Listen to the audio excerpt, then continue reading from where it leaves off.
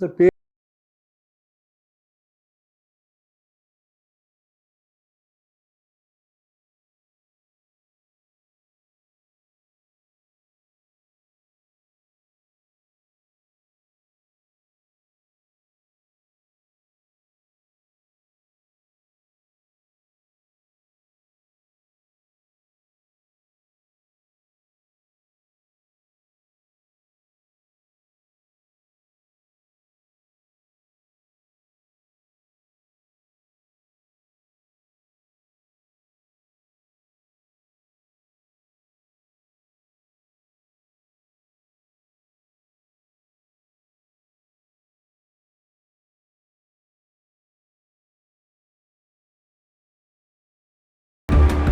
ధ్యానంలో ఉన్నాను ఆ టైంలో. నేను ధ్యానంలో ఉన్నప్పుడు నాకు ఒక మహర్షి దర్శనం ఇచ్చాడు.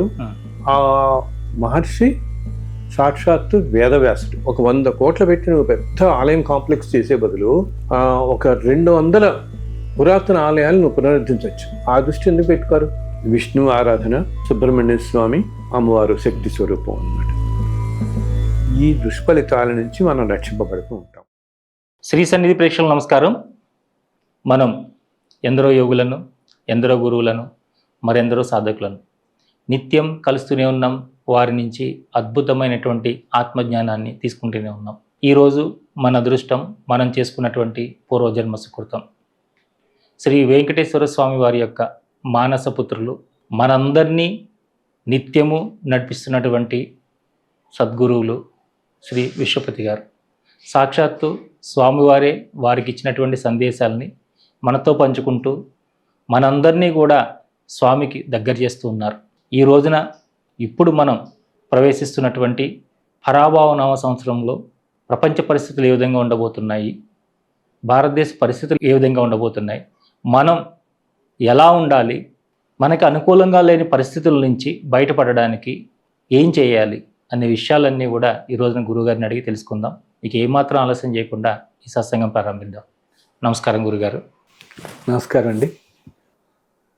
ముందుగా శ్రీ సన్నిధి ప్రేక్షకులందరికీ కూడా, అలాగే అందరి ప్రజలందరికీ కూడా ఈ పరాభవనామ నూతన సంవత్సర శుభాకాంక్షలు. మీ అందరినీ కూడా ఆ స్వామివారు ఈ సంవత్సరం తర్వాత ఎప్పటికీ కూడా చల్లగా చూడాలని ఆ స్వామివారిని మనసారా ప్రార్థిస్తున్నాను. అంటే గురుగారు, ఇప్పుడు ఈ పరాభవనామ సంవత్సరం ఎవరెవరికి ఏ విధంగా ఉండబోతుంది, ప్రపంచంలో ఎలాంటి మార్పులు రాబోతున్నాయి, అలాగే శ్రీ వెంకటేశ్వర స్వామి వారు ఈ సంవత్సరం గురించి మీకు ఇచ్చినటువంటి సందేశం ఏంటి, వారి యొక్క ఆశీస్సులు మాకు అందిస్తారని కోరుకుంటున్నా గురుగారు. మనం చూస్తూనే ఉన్నాం ఆల్రెడీ. ఏంటంటే కాలం గత 3-4 నెలలుగా మనం అనేక చోట్ల పరిస్థితులన్నీ కూడా ఎంతో ఎన్నో కష్టాలు పడుతూ ప్రజలందరూ కూడా ఎన్నో రకాల యుద్ధాలు. అసలు ఏమిటి, నేను ముందు మనం కింద సంవత్సరం కూడా అనుకున్నాం, అసలు జీవితం అంటే ఏంటంటే కష్ట సుఖాలు మేలు కలయిక అంటాం. ఇవి ఉంటాయి, అవి ఉంటాయి, ప్రతి మనిషి జీవితంలోనే ఉంటాయి. అలాగే ఈ సృష్టి దాంట్లో కూడా కొనసాగుతూ ఉంటే ఈ కాలక్రమంలో అన్నీ జరుగుతూ ఉంటాయి, ఇవి అవి కూడా అన్నమాట. సో ఒక్కొక్క కాలాలలో ఒక్కొక్కటి చాలా ప్రస్ఫుటంగా కనిపించడం కాకుండా ప్రజలు చాలా ఎక్కువ కష్టాలకు లోనవ్వటం. అదేంటి, అప్పటి గ్రహ సంచారాలు బట్టి కానీ, దేశకాల పరిస్థితులు బట్టి కానీ రకరకాల కాలాల్లో మనుషులు రకరకాలుగా బాధలు పడుతుంటారు. ఇది మనం చూస్తున్నదే. ప్రతి మనిషి జీవితంలో మంచి రోజులు ఇలా వచ్చినట్టే దేశాలకి, ప్రపంచానికి కూడా కొంత మంచి సమయం, మంచి కాలం రావటం, అన్ని చక్కగా జరుగుతూ ఉండటం, అన్ని చోట్ల అందరూ కూడా. ఇప్పుడు మధ్యలో మనం చూస్తూ ఉంటాం కదా, ఒక 10-15 సంవత్సరాలు ఎక్కడ ఏ వారసు లేకుండా ఏదో కొన్ని చోట్ల ఎట్లా ఉంటాయంటే అది పట్టుదలల మీద, పంతాల మీద అలా నిత్యం జరుగుతుండేవి కొన్ని ఉంటాయి. కానీ మేజర్గా అంటే ఏంటి, ప్రపంచం చాలా ఎఫెక్ట్ అయ్యి ఎంతో ఎక్కువ లెవెల్లో అనమాట. అంటే ఏంటి, కొన్ని కోట్ల మందిని ప్రభావితం చేసేటువంటి యుద్ధాలు అనివ్వండి, ఏదో వైరస్లు అనివ్వండి, ఇటువంటివి రావడం జరగలేదు. ఇప్పుడో జరుగుతుంది ఒకసారి ఒకటి. మనం వరల్డ్ వార్ టైంలో చూసాం, ప్లేగ్ టైం చూసాం, మళ్ళీ మన ఈ మధ్యనే మనం కరోనా టైంలో కూడా చూసాం కదా. మొత్తం ప్రపంచం మొత్తం స్తంభించిపోయేటట్టు ఈ రోజుల్లో ఏమవుతుంది, ఈ టెక్నాలజీలు ఇవన్నీ వచ్చేసి ప్రతిదీ కూడా ఇంటర్ కనెక్టెడ్ అయిపోయి మనం ఇప్పుడు చూడండి ఒక ఇంటర్నెట్ ఎక్కడో ఏదైనా దేశంలో ఇప్పుడు మనకి ఇరాన్ దగ్గర వారంతో అవుతుంది. సో అక్కడి నుంచి ఆ పక్క నుంచి మనం అదేదో జస్ట్ ఈ అమెరికాకేను మనం ఇరాన్కి అనుకుంటే సరిపట్లేదు కదా, ఆ ఎఫెక్ట్ అంతా అందరి మీద పడుతోంది. ఇదే మనం కింద సంవత్సరం చెప్పుకున్నప్పుడు అనుకున్నాం ఏంటి వచ్చే సంవత్సరం చాలా మంది కొంచెం కష్టంగా ఉంటాయి, రకరకాల యుద్ధాలు వస్తాయి చాలా దేశాల మధ్య. అప్పటికి ఇంకా ఏంటి ఈ రష్యా యుక్రెయిన్ జరుగుతోంది కానీ మిగతావన్నీ అనుకోలేదు మనం ఇవన్నీ వస్తాయని. సో ఇప్పుడు మనం అవే చూస్తున్నాం, ప్రస్తుతం జరుగుతున్నవన్నీ కూడా. దీనివల్ల ఏమైంది, ఎక్కడెక్కడో దేశాల్లో మనం ఇంత దూరంగా ఉన్నప్పటికీ కూడా ఇంత కనెక్టివిటీ ప్రపంచం మొత్తం ఇంత ఇంటర్ కనెక్టివిటీ అన్ని విధాలు అయిపోవడంతో అక్కడ ఏదైనా ప్రాబ్లమ్స్ వచ్చి ఏదైనా వచ్చినా కూడా అన్ని వ్యవస్థలు అన్ని దెబ్బతింటున్నాయి. అంతే కదా. ఇప్పుడు దాకా మనం ప్రస్తుతం చూస్తుంది ఆయిల్ ఇవి అంటున్నారు. దీంతో పాటు అక్కడంతా కూడా ఈ సీ లోపల చాలా కేబుల్స్ ఉంటాయి అన్నమాట. ఆ కేబుల్స్ని కనుక ఇలా వీటిలో ఇంకా దాన్ని కూడా ఏదన్నా డిస్ట్రాయ్ చేయడం కానీ డిస్టర్బ్ చేయడం స్థితికి వెళితే అసలు ఈ ఇంటర్నెట్కు కొన్ని రోజుల పాటు కొన్ని దేశాల్లో చాలా డిస్ట్రప్షన్ వచ్చేస్తుంది, అంతరాయం కలగటం. అండ్ ఇప్పుడు మనకేమైంది, ఇంటర్నెట్ మీద విపరీతంగా మనం డిపెండ్ అయి ఉన్నాం. ప్రతి చోట కదా, అన్ని చోట్ల డిపెండ్ అయిన టెక్నాలజీ మీద ఇంత ఎక్కువగా డిపెండ్ అవడంతో ఎక్కడేం జరిగినా ఏంటి సామాన్యుల జీవితాలు కూడా అది ఎంతో ఎఫెక్ట్ ఇస్తుంది అనమాట. వాటి మీద ప్రభావం చూపిస్తున్నాయి చిన్నవి. ఇంతకుముందు ఎక్కడో లోకలైజ్డ్గా అనుకోవడం కాకుండా సామాన్యుల మీద కూడా చూపిస్తున్నాయి. ఇది నేను గత 2-3 సంవత్సరాలుగా చెప్పుకుంటున్నాం అనుకుంటున్నాం. మనం 3-4 సంవత్సరాల నుంచి ఏంటి ప్రస్తుతం అంతా పీరియడ్ కొంచెం బాగాలేదు ప్రపంచానికి, ఆ దశలో ఉన్నామని. ఆ దశలో కూడా మనం మధ్యలో ఆల్మోస్ట్ చెప్పాలంటే ఈ 25-26 అన్నది మిడిల్ పీరియడ్ అనమాట.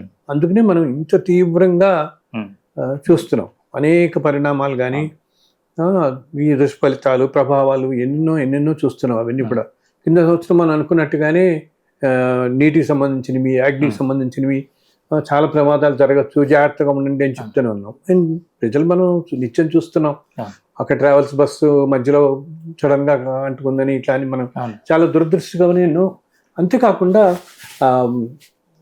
మామూలు మన ఎంతోమంది కుటుంబాల్లో కూడా ఎన్నో విధాలు సఫర్ అవుతున్న వాళ్ళని పాపం ఇలా అగ్ని వల్ల నీటి వల్ల చూస్తూనే ఉన్నాం మనం. అది కూడా సో ఇది మనం ప్రస్తుతం ఈ పీరియడ్లో ఉండటంతో 25, 26, 27, 28 దాకా ఈ పీరియడ్ ఇట్లా కొనసాగుతూ ఈ 2 సంవత్సరాలు కొంచెం పీక్లో ఉంటుందని మనం మొదటి నుంచి చెప్పుకుంటున్నాం.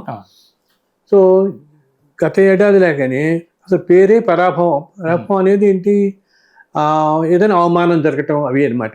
ఈ పరాభవం అనేది ఎప్పుడు మనం ఏదైనా మామూలుగా పరాభవం ఎలా చెప్పుకుంటామంటే, ఏదైనా నీకు ఒక తప్పు పని చేసినప్పుడు అన్యాయం చేసినప్పుడు పరాభవం జరిగింది అంటే అది అర్థం చేసుకోదగ్గది. అంతే. ఓకే. కానీ ఎంతో మంచివాళ్ళు, ఎంతో ధర్మంగా ఉండేవాళ్ళు కూడా పరాభవానికి లోనయ్యే కాలం ఇప్పుడు వస్తుంది. ఇప్పుడు ప్రస్తుతం నడుస్తున్న కాలం ఈ పరాభవ ఉగాది ఆల్రెడీ దీని లక్షణాలన్నీ కనపడుతూనే ఉన్నాయి మనకు. ఇది మన 60 సంవత్సరాల మన తెలుగు ఈ దాంట్లో ఇది 40వ ఈ సంవత్సరం మనకి అనమాట పరాభవం. సో ఇది 2-3 నెలల నుంచే దీనికి కనపడుతుంది. సో ఏంటంటే కాలం విపరీతంగా పరిస్థితులు ఉన్నప్పుడు పరాభవం అనేది ఏదో తప్పులు చేసిన వాళ్ళు, అన్యాయం చేసిన వాళ్ళ పరాభవం అనేది సహజ లక్షణం లోకల్లో.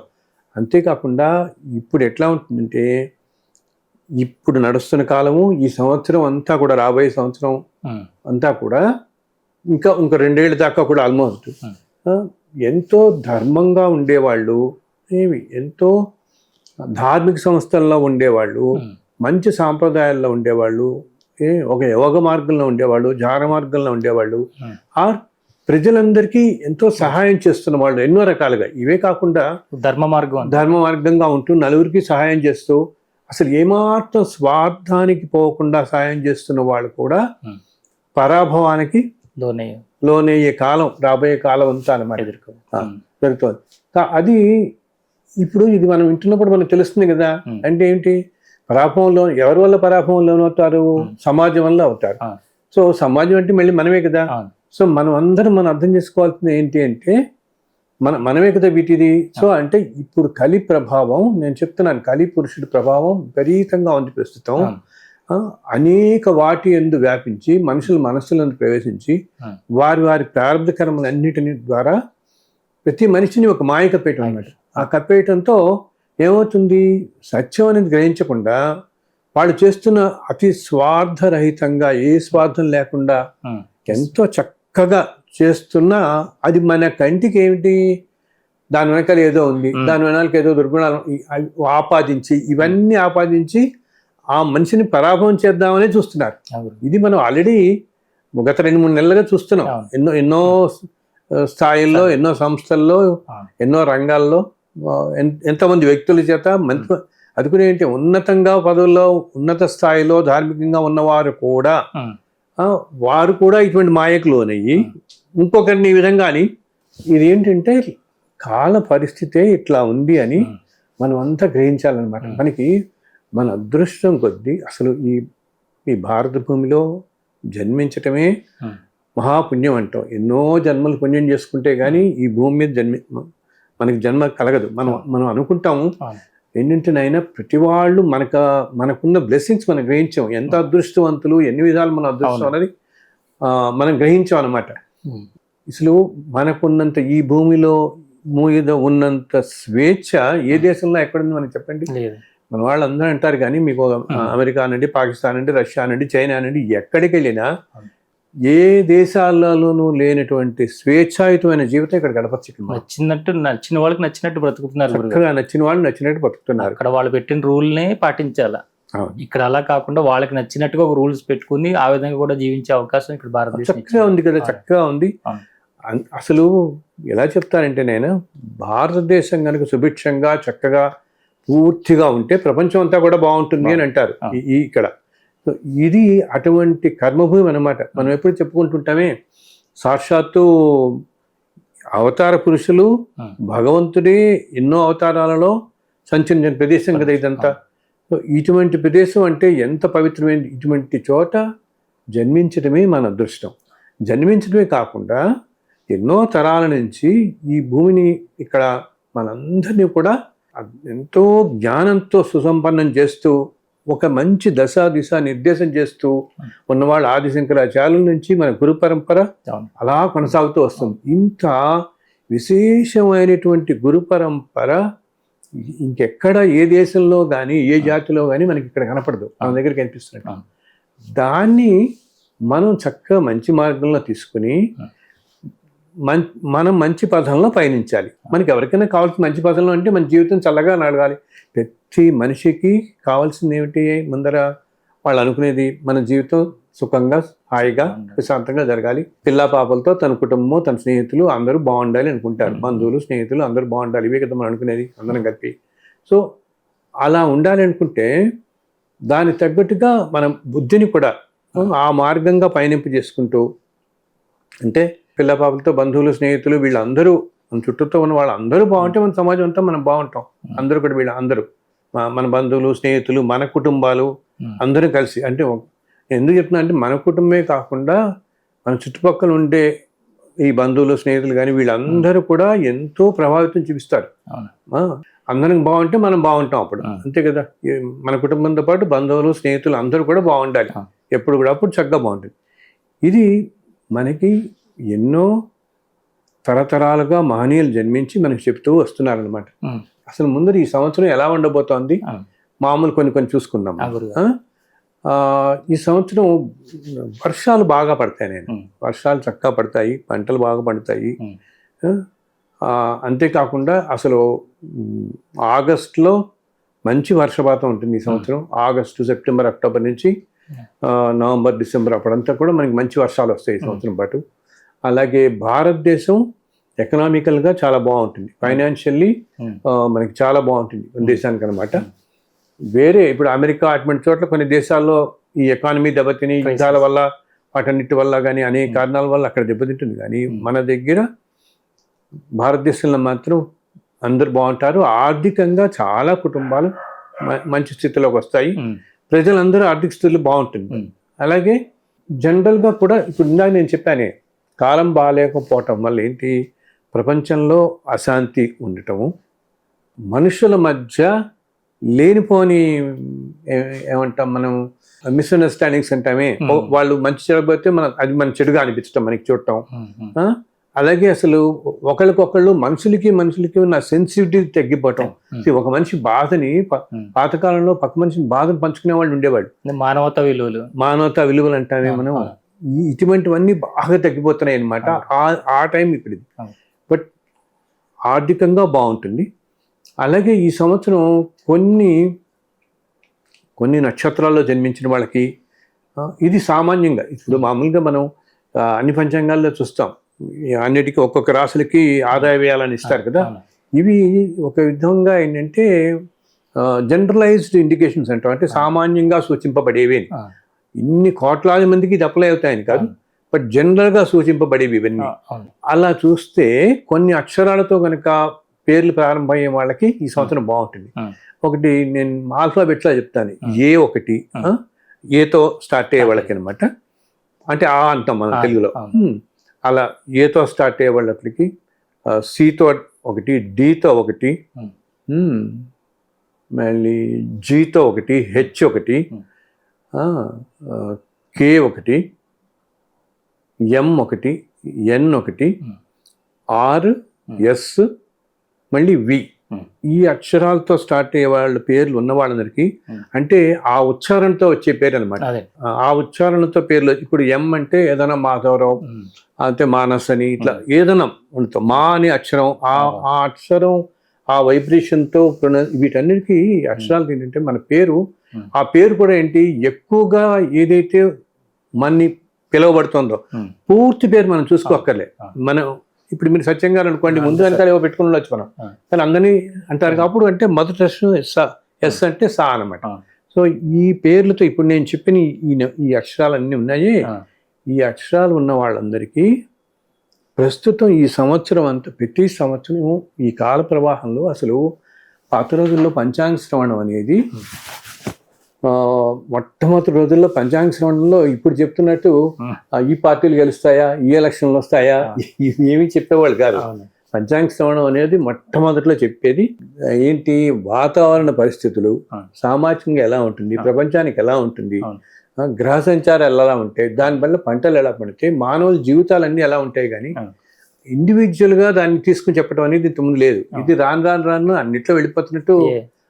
ఇప్పుడు జ్యోతిష్యాన్ని చివరికి గుర్ర పందాలకి వీటన్నిటికీ కూడా ఎలా వాడేస్తున్నారు, క్రికెట్ మ్యాచ్లకి వాడుతున్నట్టు అట్లా అయిపోతుంది.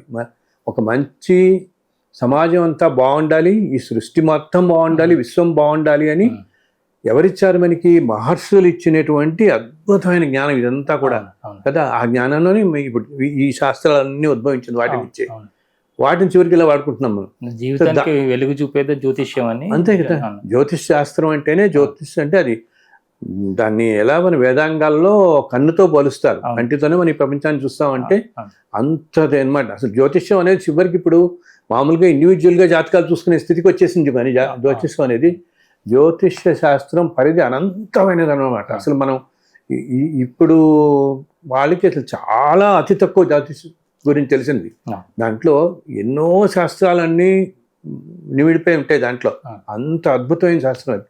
సో దాంట్లో పాత రోజులు ఏం చేసేవాళ్ళంటే ఈ సంవత్సరం మొత్తం కూడా అసలు ఈ గ్రహస్థితులు ఎలా ఉంటాయి, సో గ్రహస్థితుల వల్ల ఏంటి, ఈ కాస్మిక్ వైబ్రేషన్స్లో కూడా తేడా వస్తుంది. గ్రహస్థితులు అంటే ఆ గ్రహాలు ఒక్కొక్క పొజిషన్స్ ఒక్కోదానికి ఉన్నప్పుడు మనం ఎప్పుడు కూడా యూనివర్స్ అంతా ఈ కాస్మిక్ ఎనర్జీ ఉంటుంది, ఈ కాస్మిక్ వైబ్రేషన్స్ కూడా వీటిలో తేడా వస్తూ ఉంటాయి.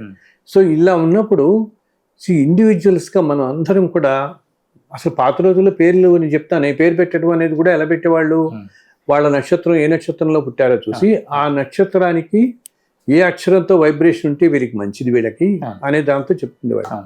సో అలా ఇప్పుడు నేను చెప్పిన ఈ అక్షరాలన్నీ ఉన్నాయి చూస్తారా, ఈ అక్షరాలతో స్టార్ట్ అయ్యే పేర్లు ఉన్న వాళ్ళకి ఈ సంవత్సరం గ్రహస్థితులు బట్టి వచ్చే ఈ వైబ్రేషన్స్ అన్నీ కాస్త పాజిటివ్గా ఉండి వీళ్ళు ఆరోగ్యంగా ఉంటారు అండ్ సంతోషంగా కూడా ఉంటారు అన్నమాట. మానసికంగా కూడా సంతోషంగా ఉంటుంది. అయితే దేనికైనా కూడా మానవ ప్రయత్నం కూడా ఇంపార్టెంట్ కదా. సో నా అక్షరం బాగుంది కదా, నేను ఏం చేసినా పర్వాలేదు అనుకోను. ఏంటంటే మన దగ్గర ప్రతిదీ ఇట్లా గవుక్కుని వెళ్ళిపోతారు అనమాట. ఈ అక్షరంతో నా పేరు స్టార్ట్ అవుతుంది కదా, ఇంకా నేనేం చేసినా పర్వాలేదు అనుకోకూడదు. ఇవి ఎప్పుడంటే ఇప్పుడు సపోజ్ మిగతా అష్టాలు ఉన్నాయనుకోని ఆయన ఓకే వాళ్ళకి ఏదైనా ఒక పనికి 100% చేయాలంటే వాళ్ళు 100% దానికి ఎఫర్ట్ పెట్టాల్సి వస్తే వీరు 50% పెడితే చాలు ఈ సంవత్సరం. మిగతా 50% మీకు ఆ వైబ్రేషన్, మీకు ఈ టైము, ఈ పీరియడ్, ఈ కాలం మీకు ఇస్తోంది. ఈ కాలం అంతా మీకు ఇస్తోంది అనమాట మీ అందరికీ. సో జస్ట్ సగం ఎఫర్ట్తోని మీరు అంత ఆనందాన్ని పొందగలుగుతారు. అందుట్లో మనం పాజిటివ్ ఫ్రేమ్ ఆఫ్ మైండ్లో ఉండి మంచి పనులు చేస్తూ మంచి చేస్తుంటే ఇది ఇంకా పెరుగుతుంటుంది. అంటే జస్ట్ ఒక 20% పెట్టినా మనం చేరగలుగుతాం. మనం తొందరగా అయిపోతే మనకనమాట. అండ్ పనులు తొందరగా అయ్యి ఉంటే దానిలో సంతోషంగా ఉంటాయి కదా, అన్నీ కూడా సుఖ సంతోషాలతో గడుస్తాయి. సో ఈ సంవత్సరం అంతా ఇలా అందరికీ వీళ్ళందరికీ కూడా బాగుండిపోతుంది. అలాగే ఈ సంవత్సరం ఇంకోటి కూడా ఏంటి మామూలుగా వారాల్లో కూడా ఏంటైనా సోమవారం, మంగళవారం, శుక్రవారం, శనివారం ఈ 4 వారాల్లో పుట్టిన వారికి బాగుంటుంది ఈ సంవత్సరం. ఈ 4 ఇవి చెప్తున్నానే ఒక జనరలైజ్డ్ ఇండికేషన్స్ లాగా. అలానే ప్రతిదీ దీనికే ఆపాదించుకోకండి మనం. మిగతా రోజుల్లో పుట్టిన వాళ్ళు బాగుంటుందని కాదు, వీళ్ళు ఎఫర్ట్ కొంచెం తక్కువ చేసినా ఫలితం బాగా కనిపిస్తుంది వీరికి. ఇదనమాట. ఇవన్నీ కూడా ఇప్పుడు నేను చెప్తున్న ఇవన్నీ కూడా ఎన్నో రకాల సిద్ధాంతాలతో కలిపి ఈ చెప్పని ఒక యూనివర్స్ వైబ్రేషన్ అని ఉంటుంది. యూనివర్సల్ వైబ్రేషన్స్ ఉంటాయి, ఈ గ్రహస్థితి ఉంటాయి. వీటిలన్నిటినీ ఒకదానికొకటి ఆపాదించుకుంటూ కోరిలేట్ చేసుకుని చెప్తున్న విషయాలు అనమాట. ఏమా ఇవి మామూలుగా సామాన్య మానవుల జీవితంలో. ఇంకా ప్రపంచపరంగా ఇలా చూస్తే ఇందాక నేను చెప్పినట్టుగా వర్షాలు బాగుంటాయి, అయితే ఎండలు కూడా ఎక్కువగా ఉంటాయి. కానీ వేసవకాలం తొందరగా వెళ్ళిపోతుంది. ఇంత ముందులా కాకుండా ఈసారి మనకి మే మధ్యకల్లా వేసవకాలం వెళ్ళిపోతుంది. అండ్ ఏప్రిల్ మేలో ఒక 2-3 సార్లు అకాల వర్షాలు పడి 2 రోజుల పాటు మనకి ఇప్పుడంతా ఈ మామిడి పంట వస్తుంది. దురదృష్టం కొద్దీ ఆ మామిడి పంట కూడా కొంచెం ఎఫెక్ట్ అవ్వచ్చు. సో ప్రజలు ఈ విషయంలో కూడా కొంచెం జాగ్రత్తగా ఉండాలి ఈ వర్షాల టైంలో. ఈ ఏప్రిల్ మేలో ఒకటి, అలాగే ఆగస్టు నెలలో ఇందా చెప్పాను బాగా పడతాయి వర్షాలని. ఆగస్టు నెలలో ఆల్మోస్ట్ మన ఆంధ్రప్రదేశ్లో కొన్ని చోట్ల ఎట్లా అంటే ఒక 3 రోజుల పాటు ఎడతెరపి లేని వర్షం పడుతుంది. 2-3 రోజులు అసలు అసలు సూర్యుడే కనపడినంత వర్షం పడుతుంది 2 రోజుల పాటు. ముసురులాగానండి ఏదండి కంటిన్యూస్ 2-3 డేస్ అలాగా. అది ఆగస్టు, మళ్ళీ అక్టోబర్, నవంబర్ నెలల్లో కూడా ఈ వర్షపాతాలు ఉంటాయి. సో ఇట్లా ఉంటున్నప్పుడు ఏంటంటే మనకు కొంచెం ముందు సూచనగా తెలుస్తుంది కాబట్టి ఆ టైంలో ప్రయాణాలకి వాటికి వెళ్లకుండా కొంచెం జాగ్రత్త వహిస్తే మనం జాగ్రత్త పడగలుగుతాం. సో ఇంతకుముందు చెప్పినట్టుగానే ఇప్పుడు కూడా నీటితో కానీ అగ్నితో కానీ అతి జాగ్రత్తగా ఉండాల్సిన సమయం. ప్రతి సంవత్సరం లాగానే ఇప్పుడు కూడా నేను చెప్తున్నాను, ఈ సంవత్సరం కూడా ఈ రెండిటితోనూ అందరూ ఇది ఏంటంటే మన శాస్త్రాలు ఇవన్నీ కూడా ప్రజలందరూ బాగుండాలి, మనుషులందరూ బాగుండాలి, మనంతా బాగుండాలని మహర్షులు మనకి సూచించినవి ఇవన్నీ అనమాట. ఇవి ఏదో తేలిక విషయాల్లాగా కొట్టిపారేయకుండా ఇవి ప్రతిదీ అది చెప్తానే పాటిస్తూ మనం వెళ్తే అప్పుడు మనకి చాలా ఉపయోగకరంగా ఉంటుంది. మనం సంతోషంగా ఏంటంటే కొన్ని దుర్ఘటనలు వాటి నుంచి మనం తప్పించుకొని బాగుండగలుగుతాం. ఇవన్నీ ఇవి ముందరే మనకు తెలుస్తున్నాయి కాబట్టి ఈ విధంగా జరుగుతుందని. అప్పటికి ఏంటి చెప్తున్నాను కదా, ముందు నుంచి మనం వింటున్నాము, ఎంతమంది మనకి చెప్తున్నారు. అప్పటికి ఏంటంటే మన బుద్ధి మంచి మార్గాన్ని పోదనమాట. సో ఆ పోయేలాగా గట్టి సంకల్పం చేసుకుని ప్రతిరోజు దేవతలను ఆరాధించి, ముఖ్యంగా ఈ సంవత్సరానికి విష్ణు ఆరాధన, సుబ్రహ్మణ్యేశ్వర స్వామి ఆరాధన, దుర్గా ఆరాధన చాలా మంచివి. ఏ రూపాల్లో అయినా విష్ణువుని, దుర్గాదేవిని, సుబ్రహ్మణ్యేశ్వర స్వామిని ఆరాధన చాలా మంచిది. అది ఎవరెవరికి వీలున్నంతలో వారు ఏంటి ఒక్కసారి ఈ దేవతలందరినీ ఉదయాన్నే తలుచుకోవటం, ఆరు వీళ్ళు ఎక్కడికైనా వెళుతున్నారు అనుకోండి, వెళ్తున్నప్పుడు తలుచుకోవటం, ఒక్కసారి నమస్కారం పెట్టుకుంటే అప్పుడు ఆ రోజు అంతా శుభప్రదంగా జరుగుతుంది అన్నమాట. అంటే గురుగారు ఇప్పుడు ఎంతోమంది మన బంధువులు, మిత్రులు, మన కుటుంబ సభ్యులే ఇలాంటి వారు ఎంతోమంది ఇప్పుడు అమెరికాలో ఉన్నారు. మరి వీళ్ళందరూ అక్కడ ఉండడం శ్రేయస్కరమైన అంటారా? ఎంత తొందరగా భారతదేశం వస్తే మంచిది అంటారు? లేదు పరిస్థితులు మారి అక్కడ అమెరికాలోనే ఉండడమే వాళ్ళకి శ్రేయస్కరమా? దీన్ని రెండు రకాలుగా చూడొచ్చు. మీరు అన్నట్టు మన వాళ్ళందరూ అక్కడ ఉండటంతో అనేక దేశాల్లో పరిస్థితులు అలా ఉండటంతో ఇక్కడి నుంచి అక్కడికి వెళ్ళిన వాళ్ళు చాలా ఇబ్బంది పడుతున్నారు. నేను 4-5 సంవత్సరాల క్రితమే చెప్పా, మనం 23 ఫస్ట్లో చేసినప్పుడు కూడా, ఏంటి అమెరికాలో పరిస్థితి ఎట్లా ఉంటుంది, ఎంతోమంది ఎకానమీ దెబ్బతింటుంది, ఉద్యోగాలు కొంచెం ప్లాన్ చేసుకుని, ఇప్పుడు ఏదైనా మనకి ఇలా ఉండబోతుందని దర్శనం ప్లాన్ చేసుకుని రావటం మంచిది. సడన్గా ఉన్నటువంటి ఏంటి అక్కడి నుంచి అన్ని వదిలేసుకుని అమ్ముకుని వచ్చి రాకుండా పరిస్థితులు ఉంటాం. సో ముందు కాలంలో ఇది కష్టం అయినప్పటికీ కూడా ముందు కాలంలో అమెరికాలో అనేకమైన మార్పులు వస్తాయి. రాజకీయంగా చాలా మార్పులు వస్తాయి, వాళ్ళ ఎకానమీ చాలా మార్పు వస్తుంది. అమెరికా కానీ, యూకే కానీ, ఇటు ఆస్ట్రేలియా కానీ, Germany, France, Italy, European countries, వీటన్నిటి చోట్ల ఎన్నో మార్పులు వచ్చి అది కూడా ఏంటంటే అక్కడ ప్రజల జీవితాలే సాఫీగా ఉండవు, ఎప్పుడు ఇన్సెక్యూరిటీలో ఉండాల్సి వస్తుంది మనుషులు. ఇందాకే అనుకున్నాం కదా, మన దేశంలో ఎంత హాయిగా ఉండగలుగుతాం, ఎంత సెక్యూరిటీ.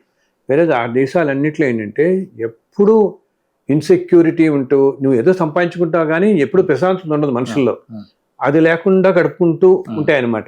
సో నేను మన వాళ్ళందరికీ ఎన్నోసార్లు చెప్పాను, ఆయన ఇప్పుడు భారతదేశం ముందు బ్రహ్మాండంగా అభివృద్ధిలో చెందుతుంది, ఎన్నో రంగాల్లో వృద్ధి చెందుతుంది, మీరందరూ నెమ్మదిగా ఇండియాకి రాండి, ముందు చాలా ఒక వెలుగుతుంది. మళ్ళీ కాబోయే 30-32 ఇలా వచ్చేటప్పటికి అందులో ఇప్పుడు 20-30 ఉన్న వాళ్ళకి బ్రహ్మాండమైన భవిష్యత్తు ఉండబోతుంది భారతదేశంలో.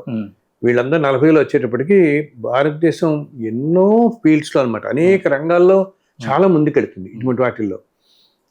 ఇప్పుడు మరి మన వాళ్ళందరూ పడ్డారు కదా, ఇక్కడ జన్మించినప్పటికీ అక్కడ పడ్డారు కదా అంటే, నేను ఎప్పుడు చెప్పేటట్టే వీళ్ళు ఇంతకుముందు జన్మల్లో వాళ్ళు చేసుకున్న ప్రారంభ కర్మల బట్టి ఈ పీరియడ్ అంతా అనుభవించాల్సి వస్తుంది.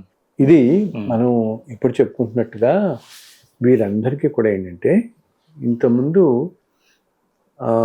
ఆ ప్రదేశాలతో ఏదో అనుబంధం ఉండి, సో ఈ ప్రారంభ కర్మ అనేది ఈ జన్మలో అక్కడ అనుభవించాల్సి ఉంది ఆ రూపంలో. ఇప్పుడు ఇన్ని జన్మల ప్రారంభ కర్మలు మనుషులు ఎలా అనుభవిస్తారనేది మనం చూస్తున్నాం కదా. మన చుట్టూతో ఉన్న వాళ్ళందరినీ ఎన్నో రకాలు, ఒకరికి అనారోగ్యం వస్తుంది, ఒకరికి 20 ఏళ్ళకి వస్తుంది, ఒకరికి 40 ఏళ్ళకి వస్తుంది, ఒకరికి పాపం పిల్లలు ఉండరు, ఒకరికేమో కొంత పెళ్ళి అవ్వదు, ఇలా రకరకాల అన్నీ చూస్తుంటాం. కొంతమందికి ఎట్లా ఉంటుంది, బ్రహ్మాండంగా సంపాదించి ఒక్కసారిగా మామూలు అతి సామాన్య స్థితి పడిపోవటం, లేకపోతే ఎంతో సంపాదించుకుని వేరే దేశానికో ఎక్కడికో వెళ్ళి మొత్తం అన్ని పోగొట్టుకోవటం, ఇన్ని రకరకాలవన్నీ చూస్తాం. ఇవి ఏంటంటే సో వీళ్ళ ప్రారంభ కర్మలు ఏ విధంగా అనుభవానికి వస్తాయి అన్నది కూడా చాలా విచిత్రంగా ఉంటుంది అనమాట. ఒక్కొక్కళ్ళకి ఒక్కొక్క విధంగా, ఒక జన్మ కాదు కదా, ఇన్ని కోట్ల జన్మల పరంపరలో ప్రతి వాళ్ళకి నేను అదే చెప్తాను, ఆయన అది ప్రతి మనిషి మనం నేర్చుకోవాలి. అందుకని ఏంటి, ప్రతిదానికి జడ్జిమెంటల్గా ఉండక వీడు నన్ను ఇలా అన్నాడు, వాడు నన్ను ఇలా అన్నాడు, ఏమి నాకే ఇలా జరుగుతుంది, అందరికీ బాగుంటుంది, కొంతమంది ఉంటారు నాకే ఇలా జరుగుతుంది ఏమిటి అనుకుంటుంటారు. నీకే ఇలా జరుగుతుందంటే నీ ట్రావెల్ నీకు తెలియదు కదా, ఇంతకుముందు జన్మల్లో నువ్వేం చేసుకుంటూ వచ్చావో, ఎందుకు వచ్చావో. సో ఇది ఒక్కొక్కళ్ళు ఒక్కో విధంగా అనుభవించాల్సి వచ్చినప్పుడు, ఇప్పుడు మీరన్నట్టుగా ఈ అమెరికాలో ఉన్నవాళ్ళు, లేకపోతే ఇంకేదో ఆఫ్ఘనిస్తాన్లో ఉన్నవాళ్ళు, మిడిల్ ఈస్ట్లోకి వెళ్ళిపోయి ఉన్నవాళ్ళు, మన వాళ్ళతో ఉన్నారు కదా, వాళ్ళందరికీ ఏంటంటే ఈ జన్మలో ప్రారంభ కర్మ ఈ విధంగా అనుభవించాల్సి వచ్చి, అంటే ఏంటి, వాళ్ళ బంధువులకి వాళ్ళ సన్నిహితులకి దూరంగా ఉండి, ఒక్కొక్కసారి ఏమవుతుంది, ఇటువంటి కష్ట సమయాల్లో తల్లిదండ్రులకు అనారోగ్యంగా ఉన్నా రాలేకపోతున్నారు వాళ్ళు. నేను కొంతమంది చూస్తాను నాయన, ఏమిటి తండ్రి వెళ్ళిపోతే కూడా రాని వాళ్ళు ఉన్నారు అక్కడి నుంచి. ఏంటి, అక్కడ ఆ టైంకి వస్తే గబుక్కు నీకు ఇరుక్కుపోతాం ఈ దేశంలో, వాళ్ళకి H1B ఏదో స్టాంపింగ్ ఉండదు, ఇంకేదో ఉండదు, లీగల్ స్టాటస్ ఉంటుంది, వెళ్ళలేమని తండ్రి అన్నదమ్ములో ఏదైనా వచ్చినా కూడా రాలేని వాళ్ళు ఉన్నారు. మరి అది వాళ్ళకి ఎంత ప్రారంభకర్మ కాకపోతే ఏమిటి చెప్పేది మనకి, అవునా, ఎందుకు అంత దూరాన్ని తీసుకుపోయింది వాళ్ళని అంటే, ఇది ఈ జన్మలో నీకు ఈ విధంగా అనుభవించాల్సిన ఉంది కాబట్టి మనం అంత దూరం వెళ్ళాం. సో ఈ విధంగా తీరుతోంది. సో ఇలా ఉన్న వాళ్ళందరూ అక్కడ దేశాల్లో చేస్తూ ఈ భూమికి ఇక్కడ పుట్టినప్పటికీ అంత దూరంలో వెళ్ళి కష్టాలు ఇప్పుడు ఆ కష్టాలు ఏమో మనం ఇక్కడ కూడా పడచ్చు కదా. మన చుట్టూతో పడుతున్న వాళ్ళని చూస్తున్నాం. అవును. ఇక్కడ పుట్టిన వాళ్ళు పడుతున్న రకరకాల కష్టాలు మనం చూస్తున్నాం. సో వీళ్ళకి ఈ విధంగా రాసి పెట్టింది, వాళ్ళందరికీ ఆ విధంగా రాసి పెట్టింది కాబట్టి వాళ్ళు దూరంగా వెళ్ళి బాధపడుతున్నారు. కానీ మామూలుగా మనం చెప్పుకుంటున్నప్పుడు ముందు ముందు ముందు ఆ దేశాలన్నింటిలో కూడా, యూరప్ దేశాలలో కానీ, బ్రిటన్ కానీ, అమెరికా కానీ, వీటన్నింటిలో ఎకానమీ ఎన్నో విధాలు దెబ్బతింటుంది. ఎకానమీనే కాదు, అసలు ఊహించిన పరిస్థితులు అన్నీ వస్తాయి వాళ్ళకి. రాజకీయంగా ఎన్నో మార్పులు, అసలు ఎక్కడ మనుషులకి హాయిగా కాస్త వెళ్దాం, బయటకు వెళ్దాం, చేసుకుందాం అనేటువంటి ఒక ప్లేస్కి వెళ్ళాలంటే భయపడతారు వాళ్ళు. అటువంటి ఇన్సెక్యూరిటీ వస్తుందన్నమాట. ఇది వీళ్ళందరూ నేను భయపెట్టడం కోసం కాదు చెప్తున్నాను, జాగ్రత్తగా ఉండండి ఆయన. ముందు ముందు ఒక 10 ఏళ్ళు అయ్యేటప్పటికి, ఇప్పుడు ఈ రోజున అసలు ఎందుకు అమెరికాలోనే ఓ 15 సంవత్సరాలు ఉన్నంత ఫ్రీడమ్ ఇప్పుడు ఎక్కడ ఉంటుంది? అసలు చెక్లు అనేవి మనకి ఎక్కడికి వెళ్ళినా సెక్యూరిటీ ప్రతి చోట భయమే. ఒకదానికి వెళ్ళాలంటే ఇప్పుడు మనం ఇక్కడికి సూపర్ మార్కెట్కో వెళ్ళినట్టుగా అమెరికాలో వెళ్ళలేరు. ఏదైనా వెళ్ళాలంటే ప్రతి క్షణం భయం ఉంటుంది, అక్కడ ఎవరు తిరుగుతున్నారో ఏంటో అన్నట్టుగా భయం వేస్తుంటాం. ఇటువంటి ఇన్సెక్యూరిటీలు, అది కూడా నేను చెప్తున్నాను పొలిటికల్గా, రాజకీయ పరంగా అనేక మార్పులు చూస్తాయి ఈ దేశాల్లో. అండ్ వేరే జాతుల వాళ్ళు విపరీతంగా వీళ్ళని కంట్రోల్ చేస్తారు. ఈ వీటిల్లో వచ్చేసి అసలు ఒక పద్ధతి, ఒక సిస్టము అనేది లేకుండా ఎన్నో విధాల అరాచకాలన్నీ లోనవుతాయి ఆ దేశాలన్నీ. ఈ అమెరికా కూడా ఇప్పుడిప్పుడు కొన్ని అరాచకాలు బయటపడుతున్నాయి. అమెరికాలో కూడా ఈ మధ్య చూస్తున్నాం మనం, ఎప్స్టీన్ ఫైల్స్ అని చెప్పి చాలా మంది చూస్తున్నారు. అసలు ఆశ్చర్యపోతున్నాం, ఇంత దుర్మార్గం కూడా మనుషులు ఉన్నారా అనుకుంటాం. అది అన్ని దాంట్లో ఎంతో మంది, వేల మంది ఇన్వాల్వ్ ఉన్నారు, పెద్ద పెద్ద వాళ్ళందరూ కూడా అక్కడ. ఇదేంటి మనకి బయటకు వచ్చింది ఆ ఫైల్స్లో, వాటిల్లో అతి కొద్దిది అనమాట. ఏంటి చిన్న చిన్న పసిపిల్లలతో వికృతంగా చేసినవి అసలు వినలేం మనం అనమాట. చాలా మందికి ఏంటంటే మన వాళ్ళకి ఇంకా ఇండియాలో తెలియట్లేదు దాని గురించి. చాలా అతి దారుణాలనే జరిగాయి అక్కడ అన్ని. అవి ఎంత స్థాయిలో జరిగాయి అనేది ఇప్పుడు ఆశ్చర్యపోతున్నారు జనం. ఇలా ఇటువంటివి ఎన్నెన్నో జరుగుతున్నాయి, ముందు కాలంలో ఎన్నో జరుగుతాయి. సో అటువంటిప్పుడు మనకి ఏమాత్రం వీలున్నా, మనకి ఏంటి ఒక ఉద్యోగం తెచ్చుకునే ఇది ఉన్నప్పుడు, బికాజ్ వీళ్ళందరూ ఏమనుకుంటారంటే యుఎస్ అంటే, అమెరికా అంటే మనం బ్రహ్మాండంగా డబ్బు సంపాదించుకోవచ్చు. బట్ నీకు డబ్బు అనేది ఎప్పుడైనా ఏ మనిషికైనా దేనికి అన్నిటికంటే సంపాదన అనేది సుఖంగా బతకడం కోసమే కదా. సుఖం ఉండాలి, ఫ్రీడమ్ ఉండాలి, స్వేచ్ఛ ఉండాలి, హాయిగా బతకగలగాలి, నీ పిల్లలు బాగుండాలి. ఇప్పుడు నీ పిల్లల భవిష్యత్తు బాగుండాలి. అక్కడ చూస్తున్నామే చెప్తే భవిష్యత్తు అనగానే డబ్బు సంపాదనే కాదు కదా. నా పిల్లలు బాగా సంపాదించుకోవాలి అనుకుంటే వాడికి ఉన్నట్టుండి ఏం జరుగుతుందో, ఎట్లా ఉంటుందో ఆ ఇన్సెక్యూరిటీ ఉంటాయి కదా. ఇది నీకు టెక్నాలజీ, ఇప్పుడు భారతదేశంలో కూడా టెక్నాలజీ, సైన్స్, మెడిసిన్, ఇంజనీరింగ్ అన్ని ఫీల్డ్స్ బ్రహ్మాండంగా ఎంతో మంచి స్థాయికి వచ్చాయి. అనేకమైనటువంటి ఇంటర్నేషనల్ ఇన్స్టిట్యూట్స్ అని మనకి ఇక్కడ ఉన్నాయి. చదువులో చక్కగా ఇక్కడ చదువుకోవచ్చు. ఎందుకంటే అది ఒకటి ఉండేది మనం దాకా మన వాళ్ళందరికీ ఏంటంటే అమెరికాలో కాలేజీలు అవన్నీ చాలా గొప్పవి అన్నట్టుగా. ఇప్పుడు ఇక్కడ కూడా అంతకంటే అద్భుతమైన కాలేజీలన్నీ మనకు కూడా వచ్చాయి, మన దగ్గర కూడా వచ్చి చదువుకోవచ్చు. సో ఎందుకంటున్నానంటే చేతులారా మీరు కొని తెచ్చుకోకండి ఆయన అని చెప్పటం. ఇవన్నీ ఇక్కడ సంతోషంగా ఉండగలిగి మనం ఏంటంటే తల్లిదండ్రులే కొన్ని చోట్ల పిల్లల్ని ఫోర్స్ చేసి ఏమిటి అదొక స్టేటస్ సింబల్, అదొక గొప్ప లాగా వేరే దేశంలో చదివించడం వేరే. అండ్ తర్వాత అక్కడ ఏదైనా కొంచెం అన్సర్టనిటీ వచ్చింటే కిరికిరేపుతారు వీళ్ళని, అయ్యో మనం అందరం పంపించేసామే ఇట్లా అన్నట్టుగా. సో అది ఏంటంటే ఓకే, వినడానికి కష్టంగా అనిపించవచ్చు, ఈయనేమిటి ఇలా చెప్తున్నాను అనిపించవచ్చు, కానీ ఇది మీరందరూ అనిపిస్తుందే కదా. ఎంతోమంది మీలో చూస్తున్న వాళ్ళందరూ, ఈ ప్రోగ్రాంలో చూస్తున్న వాళ్ళు, మన వాళ్ళు ఎంతోమంది అనిపిస్తుంది. వాళ్ళ పిల్లలు దూరంగా ఉండి నిన్న వార్లో ఇవన్నీ వస్తున్నప్పుడు ఇరుక్కుపోయి అమ్మో క్షణాల మీద తీసుకురాలేకపోయారు. ఏంటి ఒక జస్ట్ మామూలుటప్పుడు $500 ఉండే టికెట్ ఇప్పుడు $20,000 కూడా వెళ్ళింది. మన వాళ్ళు ఉన్నారు $15,000 పెట్టి. ఎంత 500 ఎక్కడ, 15,000 ఎక్కడ, ఎంతెంత ఇది. ఇవన్నీ కూడా ఈ అన్సర్టనిటీస్ ఉంది మనం తెచ్చుకోవడం. హాయిగా మన కంటే ఎదురకుండా మన భూమిలో మీద ఇక్కడ చక్కగా బతకచ్చు కదా. ఇది అసలు ఎంత గొప్ప భూమి ఈ ప్రదేశం ఉన్నది మనం గ్రహించలేము అనమాట. ఉత్తర భారతదేశంలో అనేకమైన పుణ్యక్షేత్రాలు మనకున్నాయి, ఇక్కడ కొన్ని అద్భుతమైన పుణ్యక్షేత్రాలు ఉన్నాయి. అండ్ ఎంతో మంది మహనీయులు సంచరించిన ప్రదేశాలు ఇవన్నీ కూడా. అండ్ ఇప్పటికీ నిత్యం ఇప్పుడు కూడా ఎంతో మహనీయులు ఉన్నటువంటి ప్రదేశాలు ఇవన్నీ మనకి. ఇటువంటి ప్రదేశాల్లో ఏంటి, ప్రపంచ పరిస్థితులు, గ్రహస్థితులు ఎలా ఉన్నా ఇటువంటి మహనీయుల వల్ల మీరు కాపాడబడుతూ ఉంటారు, మీ జాతి కాపాడబడుతూ ఉంటుంది. ఇప్పుడు అక్కడ కంట్రీస్లో వారు వస్తున్నట్టు మన మీద రాలేదు కదా, మనం అందరం చక్కగా సేఫ్గా ఉన్నాం కదా, సంతోషంగా ఉన్నాం కదా, మనం అంతా ఎంత ప్రశాంతంగా బతుకుతున్నాం ఇంటిగా.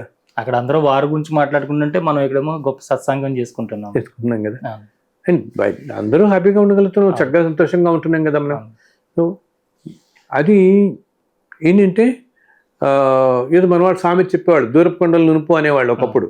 అట్లాగా ఇది కూడా ఏంటంటేనండి, చెప్పాను వారి వారి ప్రారంభ కర్మలు బట్టి వాళ్ళ ఆలోచనలు కూడా అలాగే వచ్చి మనం ఇక్కడికే పోదాం అని వాళ్ళు లాక్కుపోతుంటాయి. సో వీటిని నుంచి మనం బయటపడగాలి, ఈ మాయల్లోంచి బయటపడి అమ్మో ఇది కాదు ఇది, ఈ బయటపడడం కోసం తరతరాలుగా మహానుభావులు మనకు చెప్తూనే ఉన్నారు. ఆయన మీ దేశం అంటారు కదా, మన దేశం మన ఇది మన నేల మన పుట్టిందని ఇన్ని విధాలుగా, అండ్ ఇలా అసలు ధర్మంగా ఉన్నటువంటి ఏమిటి, చక్కగా ఉన్నటువంటి ఏమిటి, ఏ విధంగా జీవించాలి, ఇవన్నీ మనకి ఆ శంకరాచార్యుల దగ్గర నుంచి రామానుజాచార్యుల వారు ఎంతమంది మహానుభావులు చెప్తూ వచ్చిస్తున్నారు మనకి. వీటన్నింటి నుంచి వాళ్ళు ఉరికని చెప్పరు కదా, అంత మహనీయులు ఉన్నవాళ్ళు ఈ ప్రపంచానికి. అటువంటివన్నిటిని తీసుకుని ఓహో నేను నా ప్రారంభ కర్మల వల్ల నా బుద్ధి ఎటో పోతున్నా, వీళ్ళందరూ చెప్తున్నది మనం విందాం కాస్త అని ఆ మనస్సు కాస్త మరల్చుకొని ఆ క్షణంలో వాళ్ళకి కష్టంగా అనిపిస్తుంది.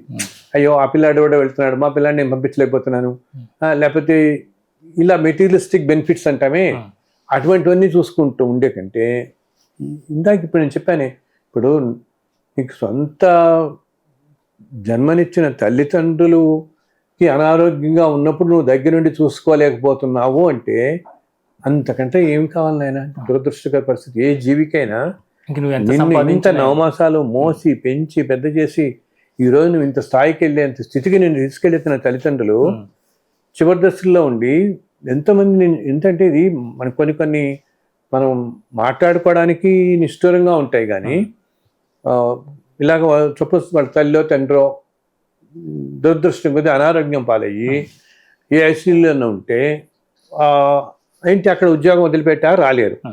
ఇప్పుడున్న పరిస్థితులు ఎట్లా ఉంటుంది, ఏదైనా వదిలేసి ఒకవేళ ఇండియా వస్తే ఇక్కడ స్టక్అప్ అయిపోతాం అని చెప్పేసి ఏం చేయగలుగుతున్నావు, నువ్వు డబ్బు పంపించగలుగుతున్నావు. ఆ డబ్బు అనేది ఎంత దాకా మనిషి సఫరింగ్ నీకు ఐసీయూలో నువ్వు నీ డబ్బు ఉండటం వల్ల ఈ ఐసీయూలో వీళ్ళు ఇంకో 4 రోజులు ఉంచుతారు, వెంటిలేటర్ మీద ఇంకో 10 రోజులు ఉంచుతారు, సఫర్ ఎక్కువైంది అంతే. చెప్తే ఆ జీవికి వీళ్ళు చాలా మంది ఆలోచన ఏంటంటే ఆ జీవి చివరి క్షణాలలో వెళ్ళిపోతుందా అని తెలిసినప్పుడు తను జన్మనిచ్చిన ఆ పిల్లలు తనతో ఉండాలి,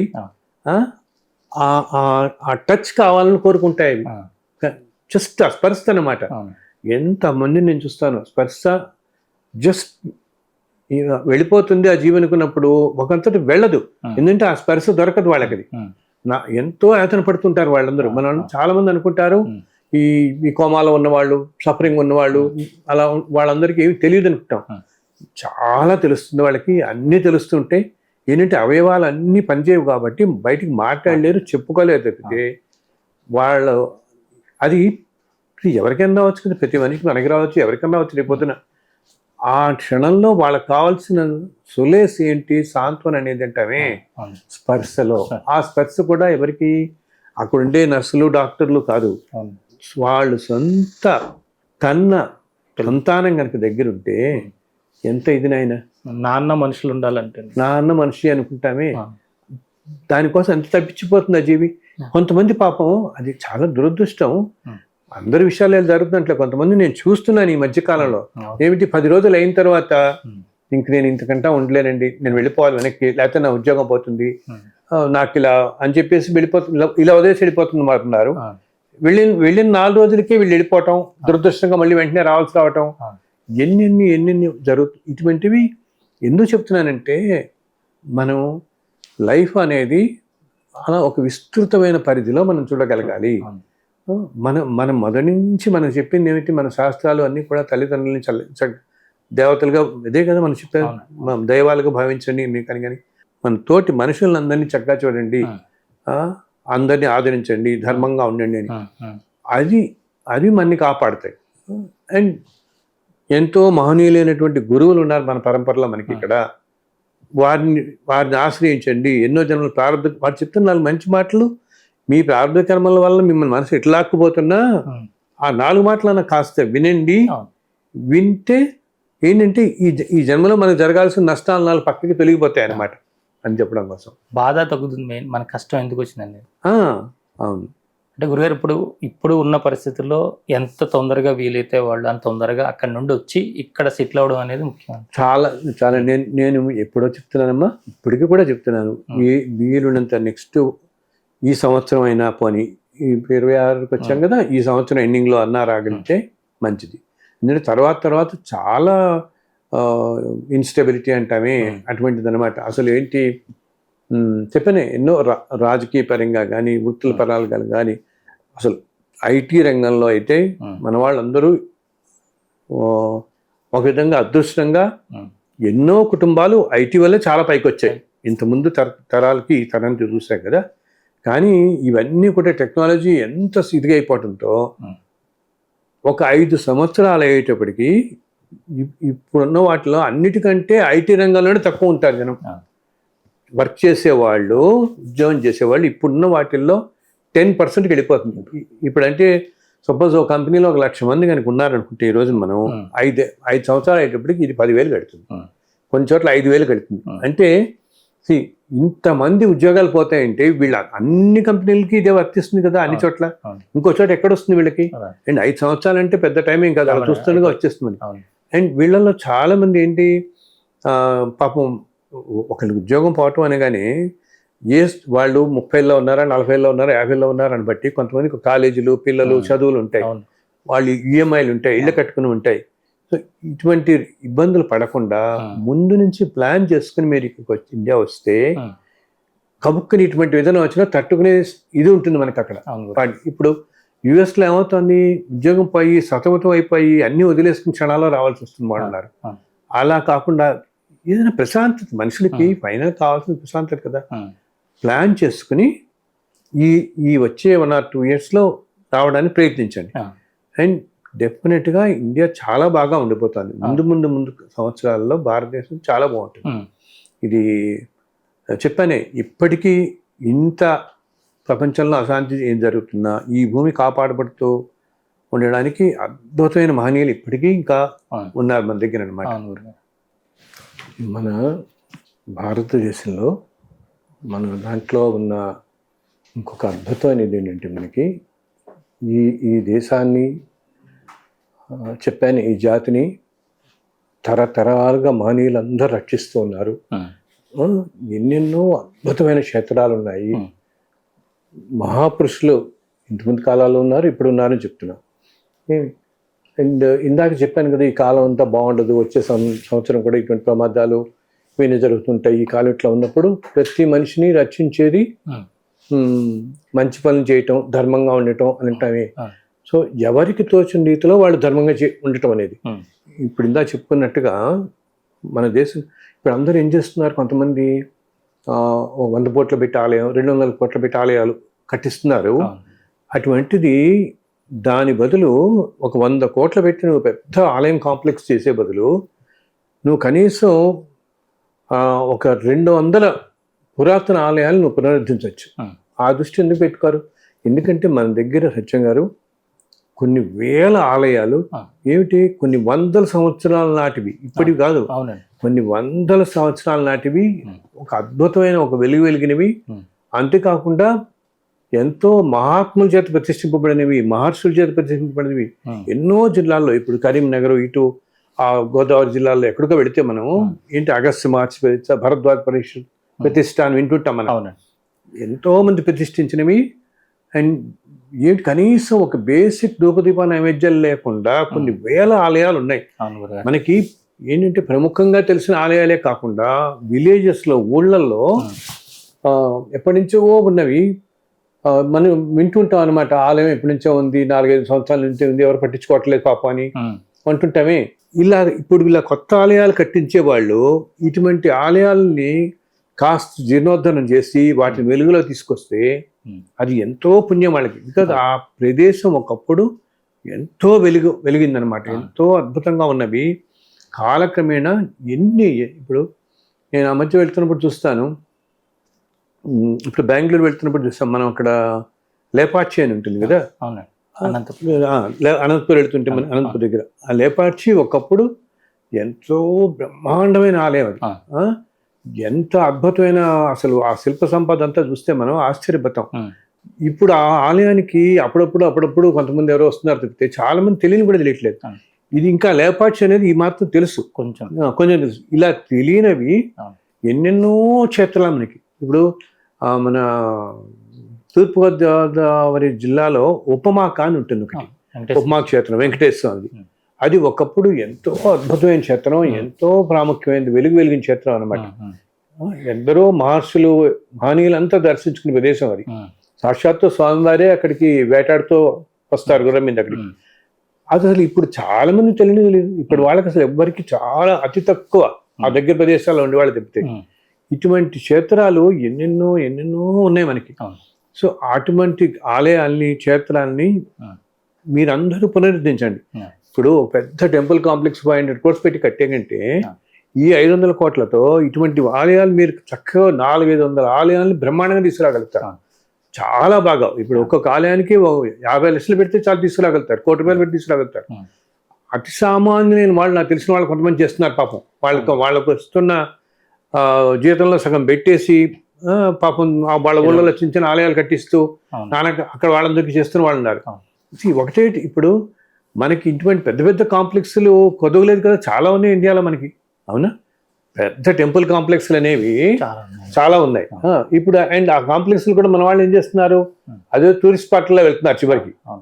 ఇంత ఖర్చు పెట్టి నువ్వు ఇంత చేసి దాన్ని ఇలా ఉండే బదులు ఈ మిగతా ఆలయాలు ఇలా చిన్న మీ ఊళ్ళలో, ఏ ఊర్లో ఎవరిని అడిగినా చెప్తారు, ప్రతి డిస్ట్రిక్ట్లో కనీసం ఒక 500 ఆలయాలు కనపడతాయి.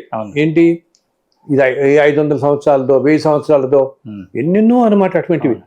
వాటిని చక్కగా జీర్ణోద్ధరణ చేసి మళ్ళీ తీసుకొస్తే మీకు, మీ వంశానికి కూడా ఎంతో ఆశీస్సులు లభిస్తాయి. ఎందుకు, అవి పెట్టిన వాళ్ళు, ఆ ప్రతిష్ఠ చేసిన వాళ్ళు సామాన్యులు కాదు, మహర్షులు, సిద్ధులు ప్రతిష్ఠించిన ఆలయాలు అవన్నీ కూడా. అటువంటివి కనుక చేస్తే వీళ్ళు ఏంటి, ఎన్నో తరాలు వాళ్ళు తరిస్తాయి వాళ్ళకి మనకి. అటువంటి చక్కగా ఇంత పెద్ద పెద్ద కాంప్లెక్స్లు, హడావిడి. ఈ రోజులు ఏంటంటే ప్రతి చోట హంగు హడావిడి ఎక్కువైపోయింది. లైటింగ్లు, లేజర్లు అన్నీ పెట్టేసి 500 కోట్లు ఖర్చు పెట్టి చేసేటప్పటికి ఫోటోషూట్ కోసం అలా చేస్తే ఇవి చెయ్యండి. బికాజ్ మనం వింటుంటాం ఏమిటి, ఒకప్పుడు భారతీయ ఏంటి మన ఈ క్షేత్రాలన్నీ కూడా ఎంతో బ్రహ్మాండంగా చెందినవి, దేవతలు వచ్చేవాళ్ళు, మహర్షులు వచ్చేవాళ్ళు అని అన్నీ వింటుంటాం మనం. దేవతలచే నిర్మించిన ఆలయాలు కూడా ఎన్నో ఉన్నాయి కదా, దేవతలు ప్రతిష్ఠించినవి, సిద్ధులు ప్రతిష్ఠించినవి, ఇవన్నీ ఉన్నాయి కదా. ఇవన్నీ వింటున్నప్పుడు వాటిని అవి తీసుకొస్తే వాళ్ళందరి బ్లెస్సింగ్స్ మనకు ఉంటాయి కదా, ఎంతో చక్కగా మనకి. ప్రతి వాళ్ళు అనమాట ఎవరికి తోచినంతలో వాళ్ళ ధర్మాన్ని చేసుకుంటూ వెళితే అది రక్షించినట్టుగా ఏది రక్షింపదు. వీటన్నిటికీ కూడా ఏంటి, మనకి ఆ మనసు కూడా పోదట్ పక్కకి.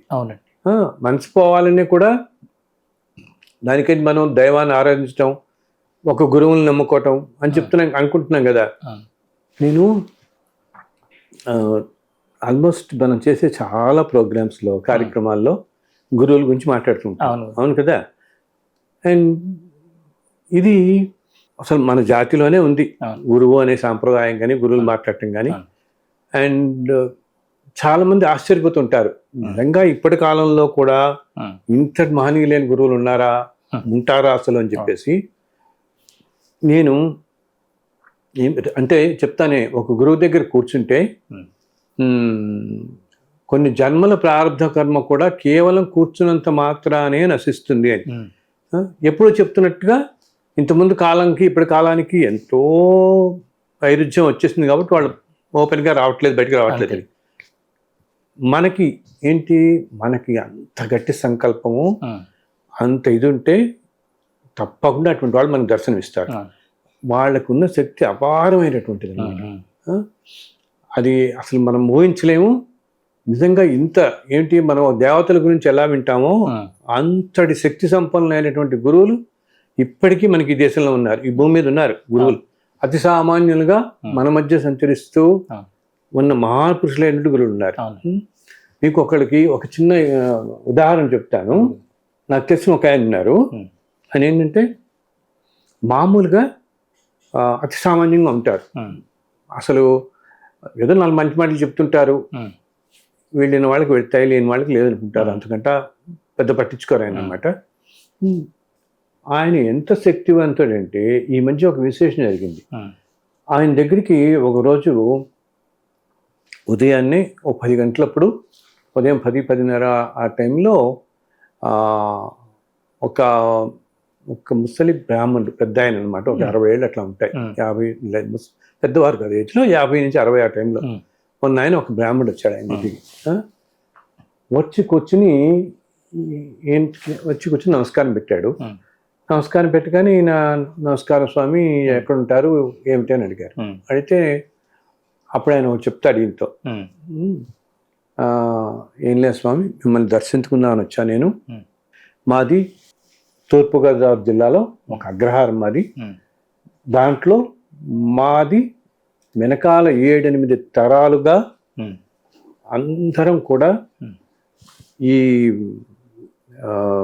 సాంప్రదాయ పరంపరలోనే ఉంటూ వేదాధ్యయనం చేసుకుంటూ ఇదే ఉంటున్నాం. మేము ఎక్కడా బయట భోజనం కానీ బయటది కానీ మా అంతా మేమే వంట చేసుకుని తింటాం. ఇదే శాస్త్రీయ పరంపరలో ఉంటూ వస్తున్నాం. అండ్ మా ముత్తాతలకి ఆ తరాల వాళ్ళకైతే సాక్షాత్తు పరమేశ్వరుడిది, సుబ్రహ్మణ్యేశ్వరుడిది దర్శనాలు కూడా జరిగిన అనుభూతులు ఉన్నాయి, విశిష్టంగా ఉంది. అదే పరంపర మేము కొనసాగిస్తూ వస్తున్నాం. ఇప్పటికీ నేను నిత్యాగ్నిహోత్రం, తెల్లవారుజామున ఉదయాన్నే బ్రహ్మముహూర్తంలో లేచి పరమేశ్వరుని ఆరాధన చేసుకుంటూ, ధ్యానం చేసుకుంటూ ఇదే పరంపరలో మా జీవితాన్ని చేస్తున్నాను. అసలు మన వాళ్ళు ఆశ్చర్యపోతారు, ఇప్పటికీ ఈ పరంపరలో ఉన్నవాళ్ళు ఉన్నారా మన మధ్య అనుకుంటారు. ఈ మాత్రం కూడా ఉన్నవాళ్ళు ఉన్నారు.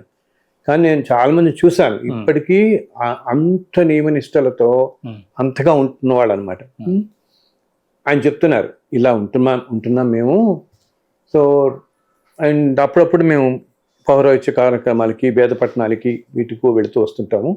ఆ జీవన విధానం ఇలా గడుస్తూ ఉంటుంది. ఇలా ఉండగా ఆ మధ్య ఒక రోజు నాకు తెల్లవారుజామున ఉదయాన్నే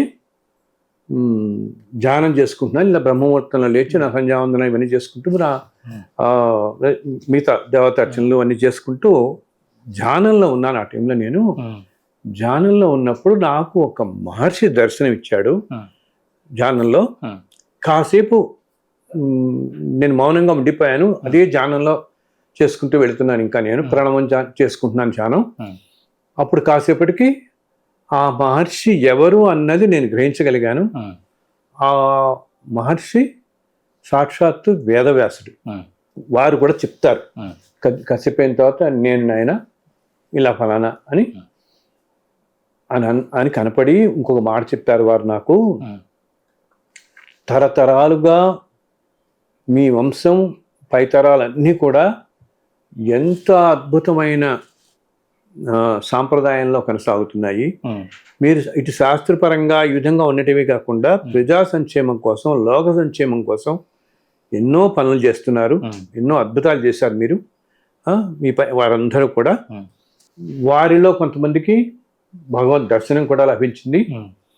ఇప్పుడు కలియుగం వచ్చి పరిస్థితులన్నీ ఈ విధంగా ఉన్నాయి. ఇప్పుడు ప్రస్తుతం నేను నీకు ఒక మహనీయుడి గురించి చెప్తాను. మీ మధ్య ఉన్న ఒక జీవి, ఒక్కసారి మీరు వెళ్ళి ఆ జీవిని దర్శించుకునండి, ఆ మనిషిని దర్శించుకునండి. అతి సామాన్య రూపంలో ఉన్నారు. ఆ దర్శనం మీకు మీ పైతరాల వాళ్ళందరినీ తరింపజేస్తుంది, మీ ముందు తరాల వాళ్ళందరినీ తరింపజేస్తుంది అని ఆ వేదవ్యాసుల వారు ఈయన చెప్పారు. చెప్పినప్పుడు చెప్పగానే మరి అది ఎవరు ఏమిటి తెలియాలి కదా ఆయనకి. ఈయన జస్ట్ అడగబోతున్నప్పుడు అప్పుడు ఆ మహనీయుడు, ఆ మహర్షి వేదవ్యాసుల వారు ఏమన్నారు ఈయనతో, నాయన ఎలా వెళ్ళాలి కదా అనుకుంటున్నావు, నువ్వు వెళ్ళాలి అని సంకల్పం చేసుకున్న రోజున తెల్లవారుజామున ఇలా నీవే దాంట్లో నువ్వు ఒక రోజు ఎప్పుడైనా ధ్యానం చేసుకుంటున్నప్పుడు సంకల్పం చేసుకున్న రోజున నీ కంటికి ఒక వెలుగు రేఖ కనపడుతుంది.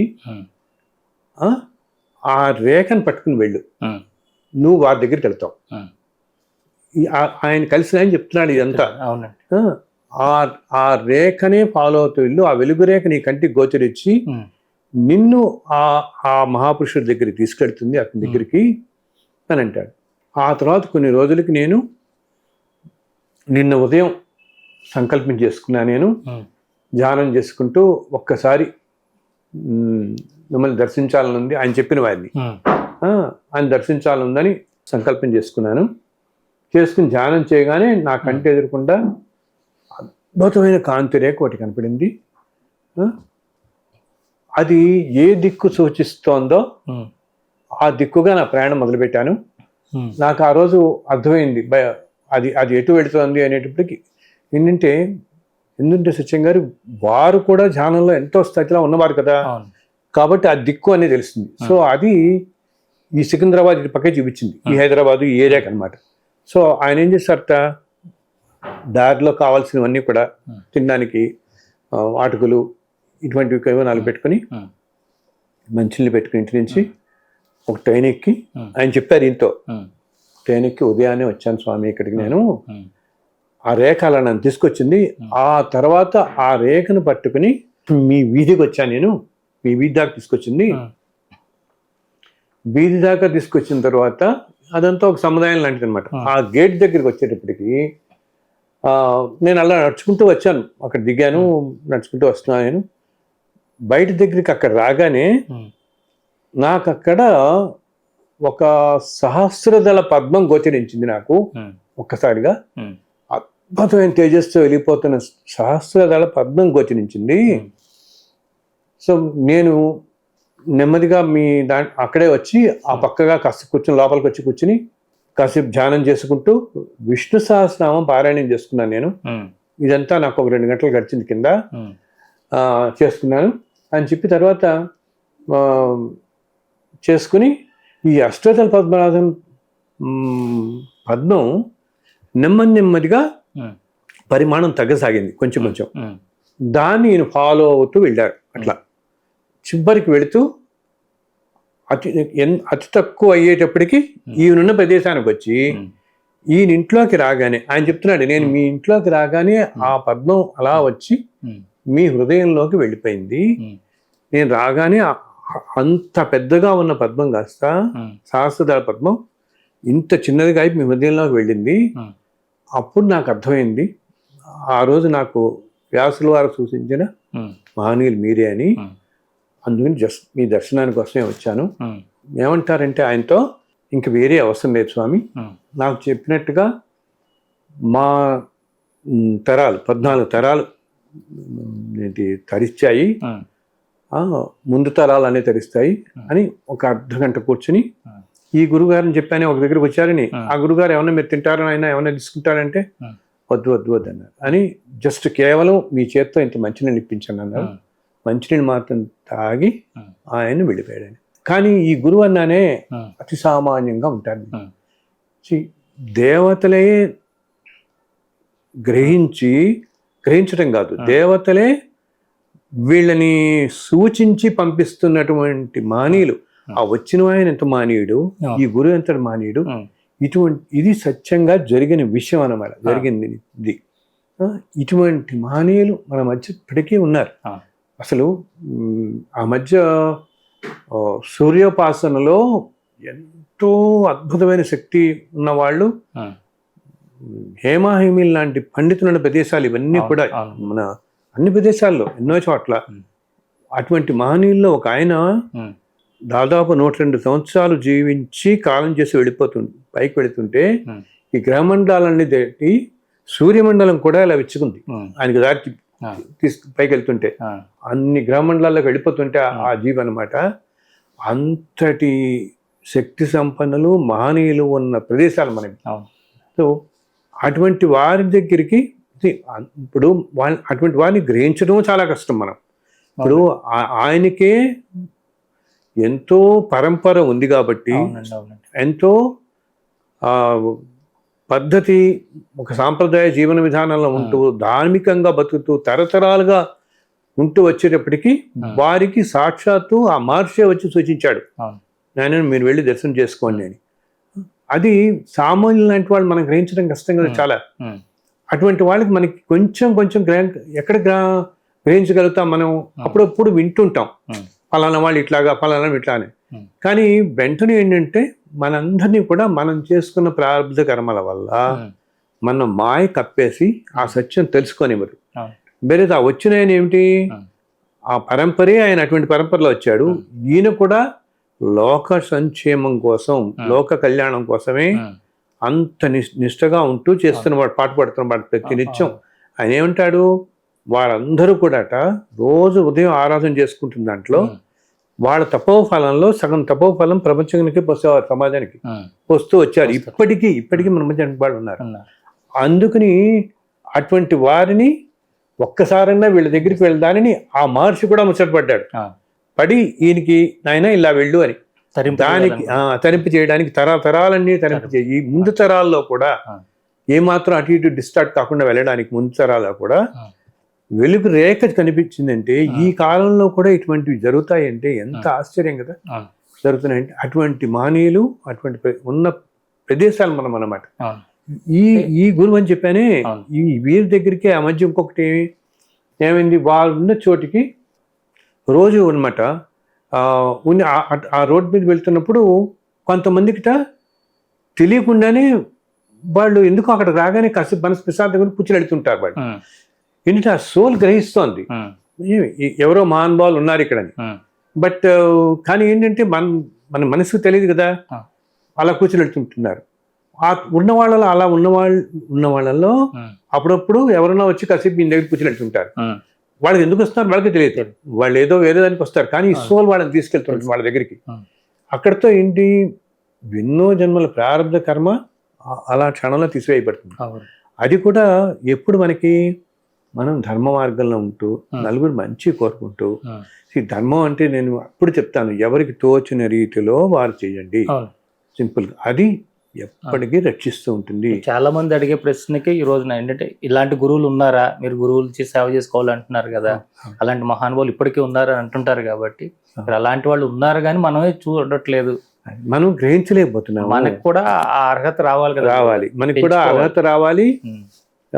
మనం ఏంటంటే అంత దృఢ సంకల్పం చేసుకుని మనస్సుని అంత స్వచ్ఛంగా ఉంచుకుని అందరూ బాగుండాలని కోరుకుంటూ అంత మంచి ఆలోచన పెట్టుకుని అండ్ ఒక విధంగా ఆర్తితో ఉండాలన్నమాట. నాయన అటువంటి మహానుభావాన్ని ఒక్కసారి నాకు చూపించు స్వామి అని చెప్పి భగవంతుడిని వేరుకుంటే అప్పుడు తప్పకుండా దారి చూపిస్తాడు. ఇప్పుడు ఇందా చూడ మార్చి చూపించాడు కదా. ఏంటంటే సత్యం గారు, దురదృష్టం కొద్దీ ఇప్పుడున్న కాలం వల్ల కొన్ని ఎన్నో ధార్మిక సంస్థల్లో కూడా ఎన్నో అన్యాయాలు చూస్తున్నాం మనం. ధార్మిక సంస్థల్లో ఉన్నతమైన స్థానాల్లో ఉన్న వాళ్ళు కూడా మాట్లాడటం, తప్పుగా మాట్లాడటం, నాలుగు ఈర్ష్య, అసూయ వాళ్ళు కూడా లోనవ్వటం చూసేటప్పటికి ఇవన్నీ చూస్తుంటే ఏంటంటే సామాన్యులకు అర్థం కాకుండా సఫలం అయిపోతున్నారు. కలి ప్రభావం వాళ్ళలో కూడా కలి ప్రభావం వాళ్ళలో కూడా విపరీతంగా ప్రవేశించడంతో అంత ఉన్నప్పుడు ఇప్పుడు నేను చెప్పినటువంటి మహనీయుల్ని గుర్తించాలి అంటే మనకి ఎంత తాపత్రయం ఉండాలి. ఇవి జరగవని కాదు కదా, ఇవన్నీ జరిగినవే. ఇంతకుముందు మనం వింటుంటాం. 50 సంవత్సరాల క్రితం సంచి మహాస్వామి దగ్గరికి ఫలానా వాళ్ళు వచ్చేవాళ్ళు, సంచి మహాస్వామి ఇలా చెప్తే ఇలా జరిగింది అని వింటుంటాం కదా.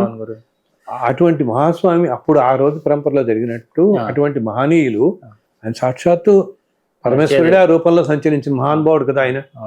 ఏ అంగులు ఆర్భాటాలు లేకుండా వాళ్ళు చెప్తే జరగడమే.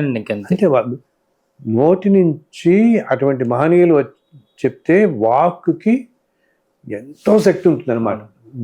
వారిని మనం వారి వేషధారణ బట్టి, వాళ్ళ వేసుకున్న దుస్తులు బట్టి, వాళ్ళు మాట్లాడే తీరు బట్టి, వాళ్ళు ప్రవర్తించేది బట్టి, వాళ్ళ ఆహార నియమాలు బట్టి, ఆహారం బట్టి, దేని బట్టి, వాళ్ళ వృత్తులు బట్టి, దేని బట్టి మనం అంచనా వేయలేం. ఎటువంటి పరిస్థితులు అంచనా. ఇవన్నీ నేను చెప్తున్నామే, ఇవన్నీ మన ఇంకా మాయలో పడేయడానికే ప్రయత్నిస్తాయి. ఇవన్నీ కూడా సత్యం తెలియకుండా మాయ, అసలే కలిపురుషుడి ప్రభావం ఇలా ఉంది. వీటన్నిటి బట్టి వేయలేం. ఎక్కడ మనం వాళ్ళని కనిపెట్టగలుగుతాము అంటే మనకి అంతటి ఆర్తి ఉండాలి.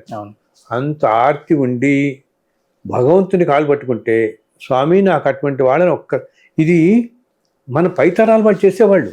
మన తాతలు ముత్తాతలు వాళ్ళందరూ గురువుల్ని సేవించుకోవటం, వాళ్ళ ఇళ్లలో ఉండేవాళ్ళు. గురువులు కొంతమంది ఇళ్లలో ఉండేవాళ్ళు, మనం చెప్పుకునేవాళ్ళు, వచ్చి ఉండేవాళ్ళు, అనుగ్రహం ఇచ్చేవారండి, చక్కగా ఉండేవాళ్ళు. అటువంటి కుటుంబాలు ఇప్పటికీ కాపాడబడుతూ ఉన్నాయి. నేను ఎప్పుడూ వింటుంటాను అనమాట. మా ఇంట్లో గది ఉండింది, ఆ గదిలో స్వామివారు వచ్చిన, కంచి స్వామివారు వచ్చిన, శృంగేరి స్వామివారు వచ్చిన ఆ గదిలో ఉండేవారు అని అటువంటి కుటుంబాలు ఉన్నాయి. తర్వాత తరాలు వాళ్ళు ఇప్పటికీ కూడా వాళ్ళు ఏదన్నా వాళ్ళ ప్రారంభ కర్మంలో చిన్న చిన్న దురదృష్టాలు వచ్చినా ఆ కుటుంబాలు నీటికి కాపాడబడుతూనే ఉన్నాయి. వాళ్ళ ముందు వాళ్ళకి గురుపాదం పట్టుకున్నారు, గురుపాదం పట్టుకున్న వాళ్ళు. అటువంటి మహనీయులు సో ఆ రోజున ఉన్నట్టే ఈ రోజు కూడా మన దగ్గర మన మధ్య ఉన్నారు. ఎప్పటికీ ఈ భూమి మీద ఎప్పటికీ ఉంటారు. ఇందా చెప్పాను, భారతదేశం మన ఎటువంటి ప్రదేశం, సాక్షాత్తు భగవంతుడే అనేక రూపాల్లో సంచరించిన ప్రదేశం కదా. సో అదే నేల, అదే ప్రదేశం మనంతా ఉన్నాము. అప్పుడున్న మహనీయులు అందరిలో ఇప్పటికీ అటువంటి మహనీయులు ఉన్నారు. ఇందాక చెప్పినట్టు ఈ కలిపురుష ప్రభావంతో మనం గ్రహించలేకపోతున్నాం. సో ఇటువంటిది ఆయన కాళ్ళు పట్టుకోండి, తప్పకుండా భగవంతుడు, మీరు ఎవరినైనా సరే మీరు ఆరాధిస్తున్న దైవాన్ని ఆర్తితో మనం ధర్మంగా ఉంటే ఆయన ఏదో రూపంలో ఆయన మన దగ్గరికి తీసుకెళ్తాడు. లేకపోతే ఇప్పుడు ఏంటంటే ప్రతిదీ, ఇప్పుడు పుణ్యక్షేత్రాలు కడతాను, నేను ఎప్పుడు చెప్తుంటా, పుణ్యక్షేత్రాలకి వెళ్ళేటప్పుడు మనస్సు శరీరం శుభ్రంగా ఉంచుకుని మనం వెళ్ళాలి. మనం అదేదో పిక్నిక్ స్పాట్స్కి వెళ్తున్నట్టు కాలక్షేపంగానే కాకుండా ఎంత పవిత్రమైన ప్రదేశాలనైనా అవి గ్రహించాలంటే మనం ముందు నుంచి ఎంత ప్రిపేర్ అయి ఉండాలి. అట్లా వెళితే నీకేమో అక్కడ ఏ గురువు మనకి తారసపడతాడో తెలియదు కదా. ఇంతకుముందు మన అన్నమయ్య ఎప్పుడు ఉంటాం కదా, అన్నమయ్య కూడా తిరుపతి వెళ్ళగానే తిరుమల వెళ్ళిన తర్వాత అక్కడ ఒక సాధువే కలుస్తాడు కదా. అటువంటిది మనకి కూడా జరుగుతుంది కదా. అది విన్నామంటే అందరూ అనుకోవచ్చు అనమాట, ఏం ముందు జన్మలో ఎలా ఉంటే నాకేంటి, వెనక జన్మలో ఏముంటే నాకేంటి. నాయన నువ్వు ఇంత ముందు ఇలా అనుకున్నవాడివే ఈ జన్మ కూడా వచ్చింది నీకు ఇప్పుడు, అంతే కదా. ఆ జన్మలో ఉన్నప్పుడు కూడా ఇలాగే అనుకుంటావు, ఏ జన్మల్లో ఆ ముందు జన్మల్లో ఏముంటాయని. బట్ ఈ జన్మలో ఏమనిపిస్తున్నావు చూస్తున్నావు కదా, కష్టాలన్నీ. ఇంత ముందు జన్మలో ఇదే అనుకుంటావు కదా నువ్వు. వచ్చే జన్మ అంటూ ఉంటే చూద్దాం, నేను ఉంటే చూడటం ఏంటి, ఉంటున్నావు, అనుభవిస్తున్నావు. ఇప్పుడు ఉన్నట్టే వచ్చే జన్మ కూడా మళ్ళీ ఉంటుంది మనకి, ఎందుకుండదు. అందుకని ఇప్పుడు ఆ మాట అనకుండా, నాయన వీలున్నంత ధర్మంగా నేను ఉంటాను, నా ప్రయత్నం నేను చేస్తాను. ఎప్పుడూ కూడా సత్యం గారు, మనం సంకల్పం గట్టిగా ఉంటే భగవంతుడు మనం అనుగ్రహిస్తాడు. ఈ యూనివర్స్ కూడా కలుపుతుంది. ఈ యూనివర్స్ అనేది ఎంత శక్తి. మళ్ళీ యూనివర్స్ అంటే ఆయనే కదా. మనం అంటే విష్ణువే మొత్తం వ్యాపించి ఉన్నాడు, సర్వం ఆయన, నారాయణుడు అంతా ఆయన రూపమే. ఇంత విరాట్ రూపంలో ఉంటాడు ఇది. ఆయన ఆ యూనివర్స్ ఏం చేస్తుందంటే మిమ్మల్ని కలుపుతుంది, తీసుకెళ్ళి ఆ మనిషికి, ఆ శక్తికి, ఆ ప్రదేశానికి తీసుకెళ్తుంది. మీరు ఈ ప్రారంభ కాలం నుంచి అవతల పడేలాగా ఆ మహాపురుషుడి దగ్గరికి ఆయన తీసుకెళ్తుంది. తీసుకెళ్ళటమే కాకుండా మీరు గ్రహించేలా చేస్తుంది. ఇప్పుడు దీంట్లో రెండు విధాలు ఉంటుంది. ఒకటి ఏంటంటే, ఓకే మనం చేసుకున్న పుణ్యం వల్ల ఒకసారి ఎక్కడో దర్శనం జరగవచ్చు మనకి, మనం గ్రహిస్తే ఇంకా ఆనందం కదా మనకి, ఇంకా ఆనందపడతాం కదా గ్రహించినప్పుడు, ఇంకా అనుభవించగలుగుతాం ఆ సంతోషాన్ని మనం. ఆ స్థితికి వెళ్ళాలంటే ధర్మంగా ఉంటూ ఆర్తితో ఆ స్వామిని పట్టుకోండి, చక్కగా వెళ్ళగలుగుతారు. మీకు ఇప్పుడు కాలాలు ఎట్లా ఉన్నా ఏదున్నా ఎప్పుడూ రక్షింపడుతుంటారు. గురు పరంపర, గురువు అంటే సాక్షాత్ దైవం అన్నమాట మనకి. అంతటి మహనీయులు నేటికి మన మధ్య ఉన్నవాళ్ళు. అనేక యూట్యూబ్ ఛానల్స్ రావడంతో మీలాంటి వాళ్ళు మహనీయులు ఎంతోమందిని తీసుకొస్తున్నారు, బయటకు వెలుగులోకి చూస్తున్నాం. వాళ్ళందరినీ, కొంతమందిని ఇంకా అసలు ఏమాత్రం కనపడకుండా రాని వాళ్ళు ఉన్నారు. కొన్ని లక్షల మంది ఉన్నారు. అండ్ ఇప్పుడు ఇలా వచ్చిన వాళ్ళలో కూడా వాళ్ళు మనకి బయట కనపడుతున్నది, బయట చెప్తున్నది ఒక పార్శ్వం మాత్రమే, ఒక సైడే. ఆ రెండో సైడ్ మనకు తెలియదు వీళ్ళందరి గురించి. వాళ్ళు అసలు అది బాహ్యంగా వ్యక్తపరచరు. అండ్ వినే వాళ్ళకు కూడా వాళ్ళకి ఎంత అర్హత ఉందో అంతే అర్థం అవుతుంది వాళ్ళకి. ఈవెన్ బయటకు వచ్చి మాట్లాడుతున్న వారు కూడా అసలు వాళ్ళ యొక్క స్వరూపం ఏంటి, ఆ తత్వం ఏమిటి అని మనం అర్థం చేసుకోగలగాలి. ఎప్పుడున్నా ఒక గురువుని మనం వాళ్ళు చెప్తున్న ప్రవచనాలు అవనే కాకుండా అసలు ఈ తత్వమే ఏమిటి అని మనం గ్రహించే స్థాయికి మనం పెడితే అది మనని అప్పుడు ఏంటంటే ఎటువంటి సంశయాలకు లేకుండా ఉంటాం. చక్కగా రక్షింపబడతాం మనం అన్నమాట ఇప్పటికి కూడా. అవును గురుగారు. అంటే ఈ సంవత్సరం ఎలాగో మన అవునన్నా కాదన్న సంవత్సరాలు వస్తుంటే ఉంటాయి గురుగారు. ఈ చాలా పరంపరలో సాగుతూనే ఉంటుంది సాగుతుంది. ఇది. ఈ పరాభావన సంవత్సరంలో అందరూ సుఖంగా సంతోషంగా ఆయుర ఆరోగ్యాలతో ఉండాలంటే ఏం పట్టించాలి, ఏ దేవతని ఆరాధించాలి, ఏ రోజుల్లో వాళ్ళు జాగ్రత్తగా ఉండాలి? నేను మీకు ఇందాక చెప్పినట్టుగా విష్ణు ఆరాధన, సుబ్రహ్మణ్య స్వామి అండ్ అమ్మవారు శక్తి స్వరూపం అన్నమాట. ఈ 3 దేవతల్లో ఎవరినైనా అందరినీ అయినా ఏదో విధమైన అంటే ఆరాధించడం అంటే ఏమిటి, వాళ్ళకి సంబంధించిన స్తోత్రాలు ఏమైనా చదువుకోవటం, నామం పఠించటం, లేదన్నా అప్పుడప్పుడు అటువంటి ఆలయాలకు వెళ్ళటం, ఆ క్షేత్రాలకు వెళ్ళటం వీలున్నప్పుడు అలా పెడుతుంటే ఈ దుష్ఫలితాల నుంచి మనం రక్షింపబడుతూ ఉంటాం. అలాగే ఏదైనా ప్రయాణాలు అవి ఇవి వెళ్తున్నప్పుడు కానీ చేస్తున్నప్పుడు కానీ మంగళవారాలు ఒకటి, శనివారాలు ఒకటి కొంచెం జాగ్రత్తగా ఉంటే మంచిది వెళ్తున్నప్పుడు అన్నమాట. ఇది అండ్ ఇందాక చెప్పాను కదా, ముందు చెప్పినట్టే నీటితో ఒకటి, అగ్నితో ఒకటి చాలా జాగ్రత్తగా ఉండాలి. ఎందుకంటే చాలా ఏమంటాం ఈ ఫ్రాక్చర్స్, కబుక్కు నీటితో జారి పడ్డాలు ఇటువంటివి కూడా ఎక్కువ స్కోప్ ఉండే పీరియడ్ ఈ సంవత్సరం అంతా కూడా మనకి అటువంటివి గబుక్కుని.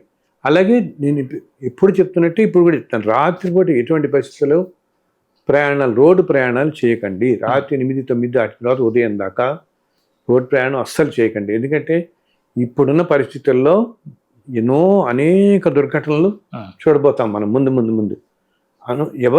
ఎవరికి వారిని మనం రక్షించుకుంటూ ఇప్పుడు ఈ ప్రోగ్రాం చూస్తున్న వాళ్ళందరూ వాళ్ళు పాటించడమే కాకుండా వాళ్ళ స్నేహితులకి వాళ్ళందరికీ కూడా చెప్పి, ఇప్పుడు మంచి అనేది నలుగురు చెప్తే అది మనకి ఇంకా మంచి చేస్తుంది. మనం 10 మందికి మంచి చెప్పామనుకో, ఆ చేసిన సత్ఫలితం అనేది మనకి మంచి ఇంకా చేస్తుంది మనకి. అది అలా ఇంకో 10 మందిని చెప్పి మంచి మార్గంలో వాళ్ళని ప్రేరేపిస్తే వాళ్ళకి కూడా బాగుంటుంది. సో అన్లెస్ ఎమర్జెన్సీస్ కాకపోయినప్పుడు చాలామంది నేను చూస్తున్నాను, పెద్ద ఎమర్జెన్సీ లేకపోయినా రాత్రి 11 గంటలు బయలుదేరుతూ 12 గంటలు బయలుదేరే వాళ్ళు, తర్వాత ఎక్కడో ప్రాబ్లం ఇరుక్కున్న తర్వాత ఎందుకు అనవసరంగా బాధపడటం, అందులో టైమే బాగాలేదు అనుకున్నప్పుడు కనీసం ఈ జాగ్రత్తలు వహించడం అనేది మన ధర్మం, మనం చేయాల్సిన పని. తప్పకుండా మీ చిన్న జాగ్రత్తలు అన్నమాట. ఒక గంట డిలే అవుతానో, ఒక రోజు డిలే అవుతానో కంగారు పడని పనులు బోళ్ళని ఉంటాయి ఇటువంటివన్నీ.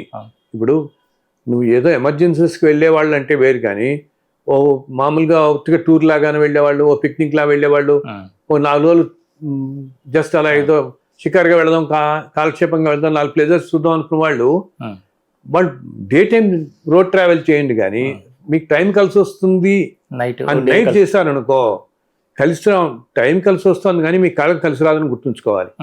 టైం కలిసి వస్తుంది అనుకోవటం, కాలం కలిసి రావడం ఇంపార్టెంట్ మనకి ముందు. నైట్ ప్రయాణాలు అస్సలు ఏమాత్రం వాంఛనీయం కాదు అస్సలు. నేను చాలా గట్టిగా చెప్తున్నాను, కొన్ని ఏంటంటే సత్యం గారు, అసలు జాగ్రత్తనే తీసుకోకపోవడం కంటే కూడా అతి జాగ్రత్త తీసుకునే తప్పులేదు. అవునా? అంతే, అతి జాగ్రత్త వల్ల నష్టం అయితే లేదు. అతి జాగ్రత్త వల్ల నష్టం అయితే జరగదు కదా. నీకు జరిగితే లాభం జరగచ్చు, లేదనో లేదు. కానీ జాగ్రత్త అసలు తీసుకోలేదు అనుకో, నష్టం ఖచ్చితంగా, దానివల్ల ఖచ్చితంగా నష్టం జరిగే స్కోప్ ఉంటుంది తప్పకుండా దానివల్ల మనకి. అలా కాకుండా ఇది నేను ఒక్కడనే కాదు చెప్తుంది, ఈయనేదో చెప్తున్నారు అనుకోకుండా మీరందరూ చూస్తున్న వాళ్ళు ఎంతో మంది మానేలు చెప్తున్నది. కాలం బాగాలేదనైనా జాగ్రత్తగా ఉండండి. ప్రతి విషయంలో మనం దానికి నిత్యం మన చుట్టూతో సంఘటనలు చూస్తూనే ఉన్నాం. ఇండివిజువల్స్ అనుభవిస్తున్నాళ్ళని చూస్తున్నాం, దేశాల్లో అనుభవిస్తున్నాళ్ళని చూస్తున్నాం.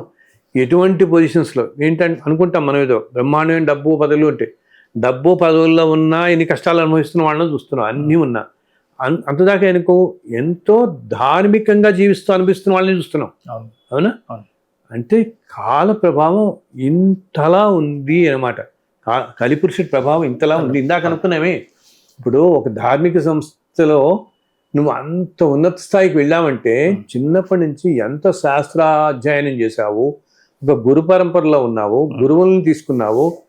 ఇంత పరంపరలో ఉండి ఒకవేళ వయసా చూస్తే నీ వయసు 60 ఏళ్ళు వచ్చాయి. ఇంతలో ఉండి కూడా కొన్ని మనం ఆ స్థాయిలో ఉండి మాట్లాడాల్సిన మాటలు కూడా మాట్లాడుతున్నారంటే అది అంటే ఏంటనమాట, ఇప్పుడు ఉన్న పరిస్థితుల్ని వాళ్ళని మనం తప్పుపట్టడం కాదు ఇక్కడ. ఇప్పుడు ఉన్న కలి ప్రభావం అనేది అంత తీవ్రంగా ఉంది. వాళ్ళు కూడా అతిథులు కాకుండా అయితే వాళ్ళను కూడా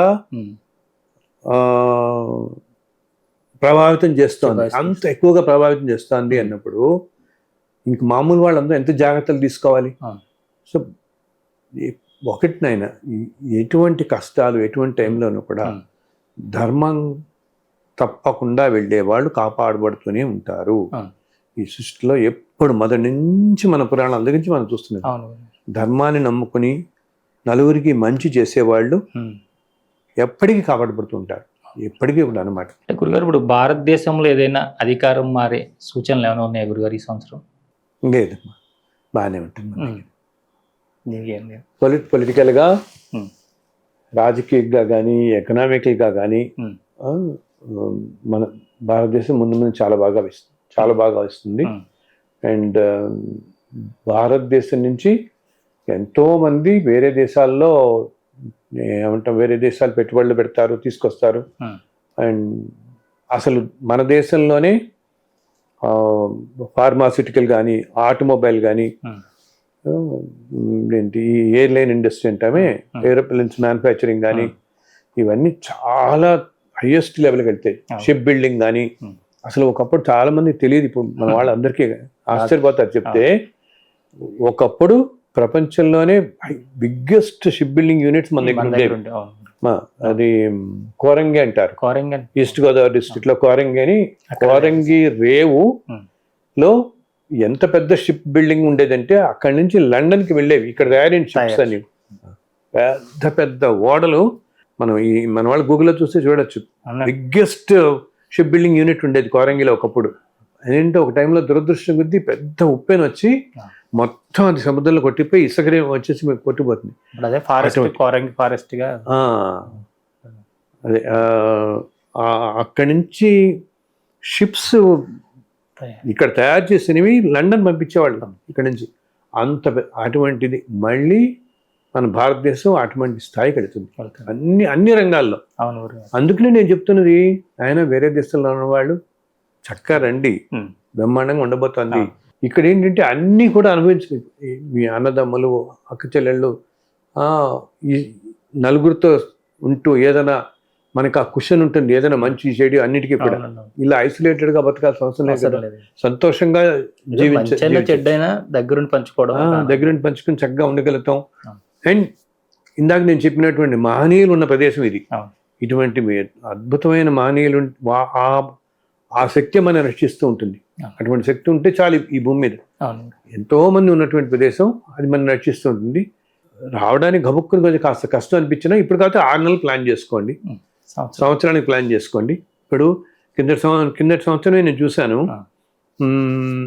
చెప్తుండేవాడిని కదా, ఒక సంవత్సరం నుంచి చెప్తున్నాను, వీలున్నప్పుడు రండి, వీలున్నప్పుడు తొందరగా ప్లాన్ చేసుకోండి అని. ఏమిటి H1Bలు ఇవన్నీ ఇవే కదా మన వాళ్ళందరికీ.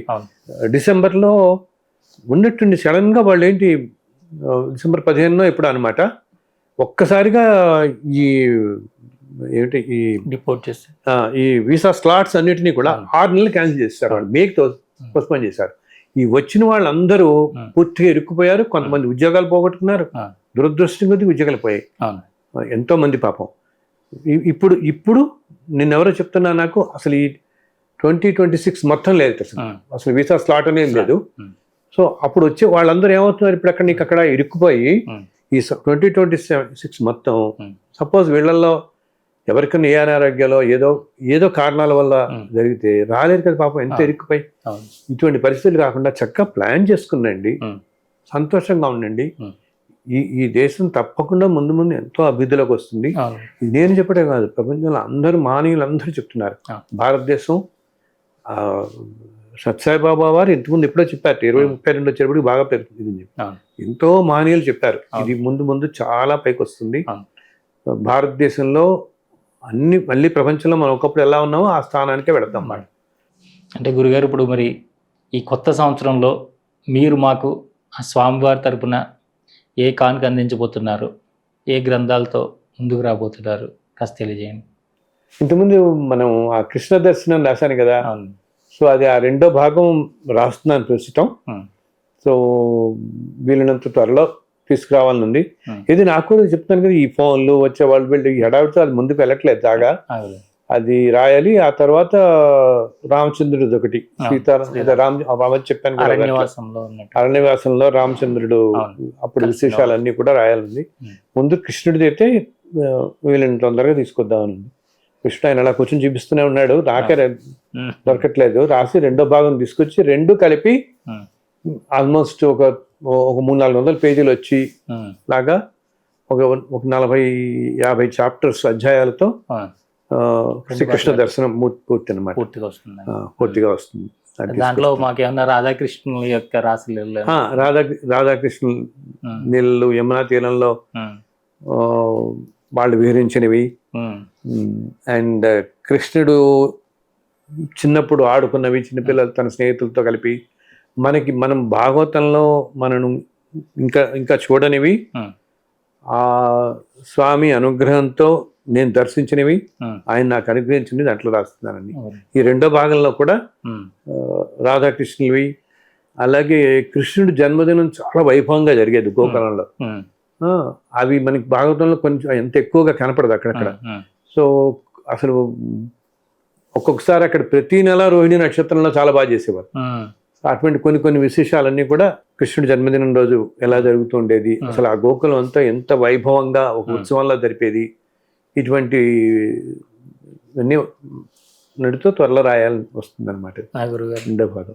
ఈ ఉగాదికి ఉగాది రోజున మీరు రాసినటువంటి గ్రంథాల్లో ఏ వ్రతం అన్నా ఏదైనా చేసుకోవడం కానీ, లేదంటే ఏదైనా స్వామిని ఆరాధించడం కానీ అట్లా ఏదైనా వెంకటేశ్వర వ్రతకల్పం ఉంది కదా, అవును గురుగారు, అది చక్కగా విష్ణువు ఇదే కాబట్టి చక్కగా చేసుకోవచ్చు. వెంకటేశ్వర వ్రతకల్పం చదువుకుంటే అసలు నిత్యం ఎంతో మంది చెప్తున్నారు, ప్రతిరోజు చదువుతున్నారని చెప్తున్నారు. అది సదా రక్షిస్తుంది అందరినీ కూడా. ఆ రోజు కూడా చక్కగా కేవలం కథలు చదువుకోండి చాలు, పూర్తిగా అన్ని కష్టాల నుంచి బయటపడతారు, మీ జీవితాలన్నీ శుభప్రదంగా గడుస్తాయి. చాలా సంతోషం గురుగారు, చాలా సంతోషం. మరొక్కసారి అందరికీ కూడా, మన శ్రీ సన్నిధి ప్రేక్షకులందరికీ, ప్రజలందరికీ కూడా ఉగాది శుభాకాంక్షలు. ఆ స్వామివారు మనందరినీ చల్లగా చూడాలని ప్రార్థిస్తున్నాను. ఓం నమో వెంకటేశాయ. ఇంతవరకు గురువుగారు ఈ కొత్త సంవత్సరంలో మనందరము అంతగా భయపడే విషయాలు ఏమీ లేవు, కానీ అది ఎప్పుడంటే మనం ధర్మ మార్గంలో ఉన్నప్పుడే అది సాధ్యం అవుతుంది. భారతదేశాన్ని మించినటువంటి కర్మభూమి, యోగ భూమి ఈ ప్రపంచంలో ఎక్కడా లేదు. ఇక్కడ ఉన్నంత స్వేచ్ఛా స్వతంత్రాలు ఈ ప్రపంచంలో ఏ మూలన లేవు. ఇక్కడ ఉన్నవారు ప్రతి ఒక్కరు కూడా ఆనందంగా ఉంటారు. ఇక్కడి నుంచి మనం చేసే యోగ సాధన, ఇక్కడి నుంచి గురువులు ఇచ్చే ఆశీస్సులతోనే, ఇక్కడి నుంచి వారు ఇచ్చే శక్తితోనే ఈ ప్రపంచం అంతా నడుస్తుంది. త్వరలోనే భారతదేశం ఒక జగద్గురు పీఠాన్ని అధిరోహించి ప్రపంచానికే తలమానికంగా ఉంటుందని గురుగారు తెలియజేశారు. ఇలాంటి ఎన్నో గొప్ప అనుభవాలు స్వామివారి ఆశీస్సులతో మనకు అందిస్తున్నటువంటి గురువుగారికి కృతజ్ఞతలు తెలియజేసుకుంటూ మరొక ఇంటర్వ్యూలో మళ్ళీ కలుసుకుందాం. అంతవరకు చూస్తున్నాను శ్రీ సన్నిధి టీవీ. నమస్కారం.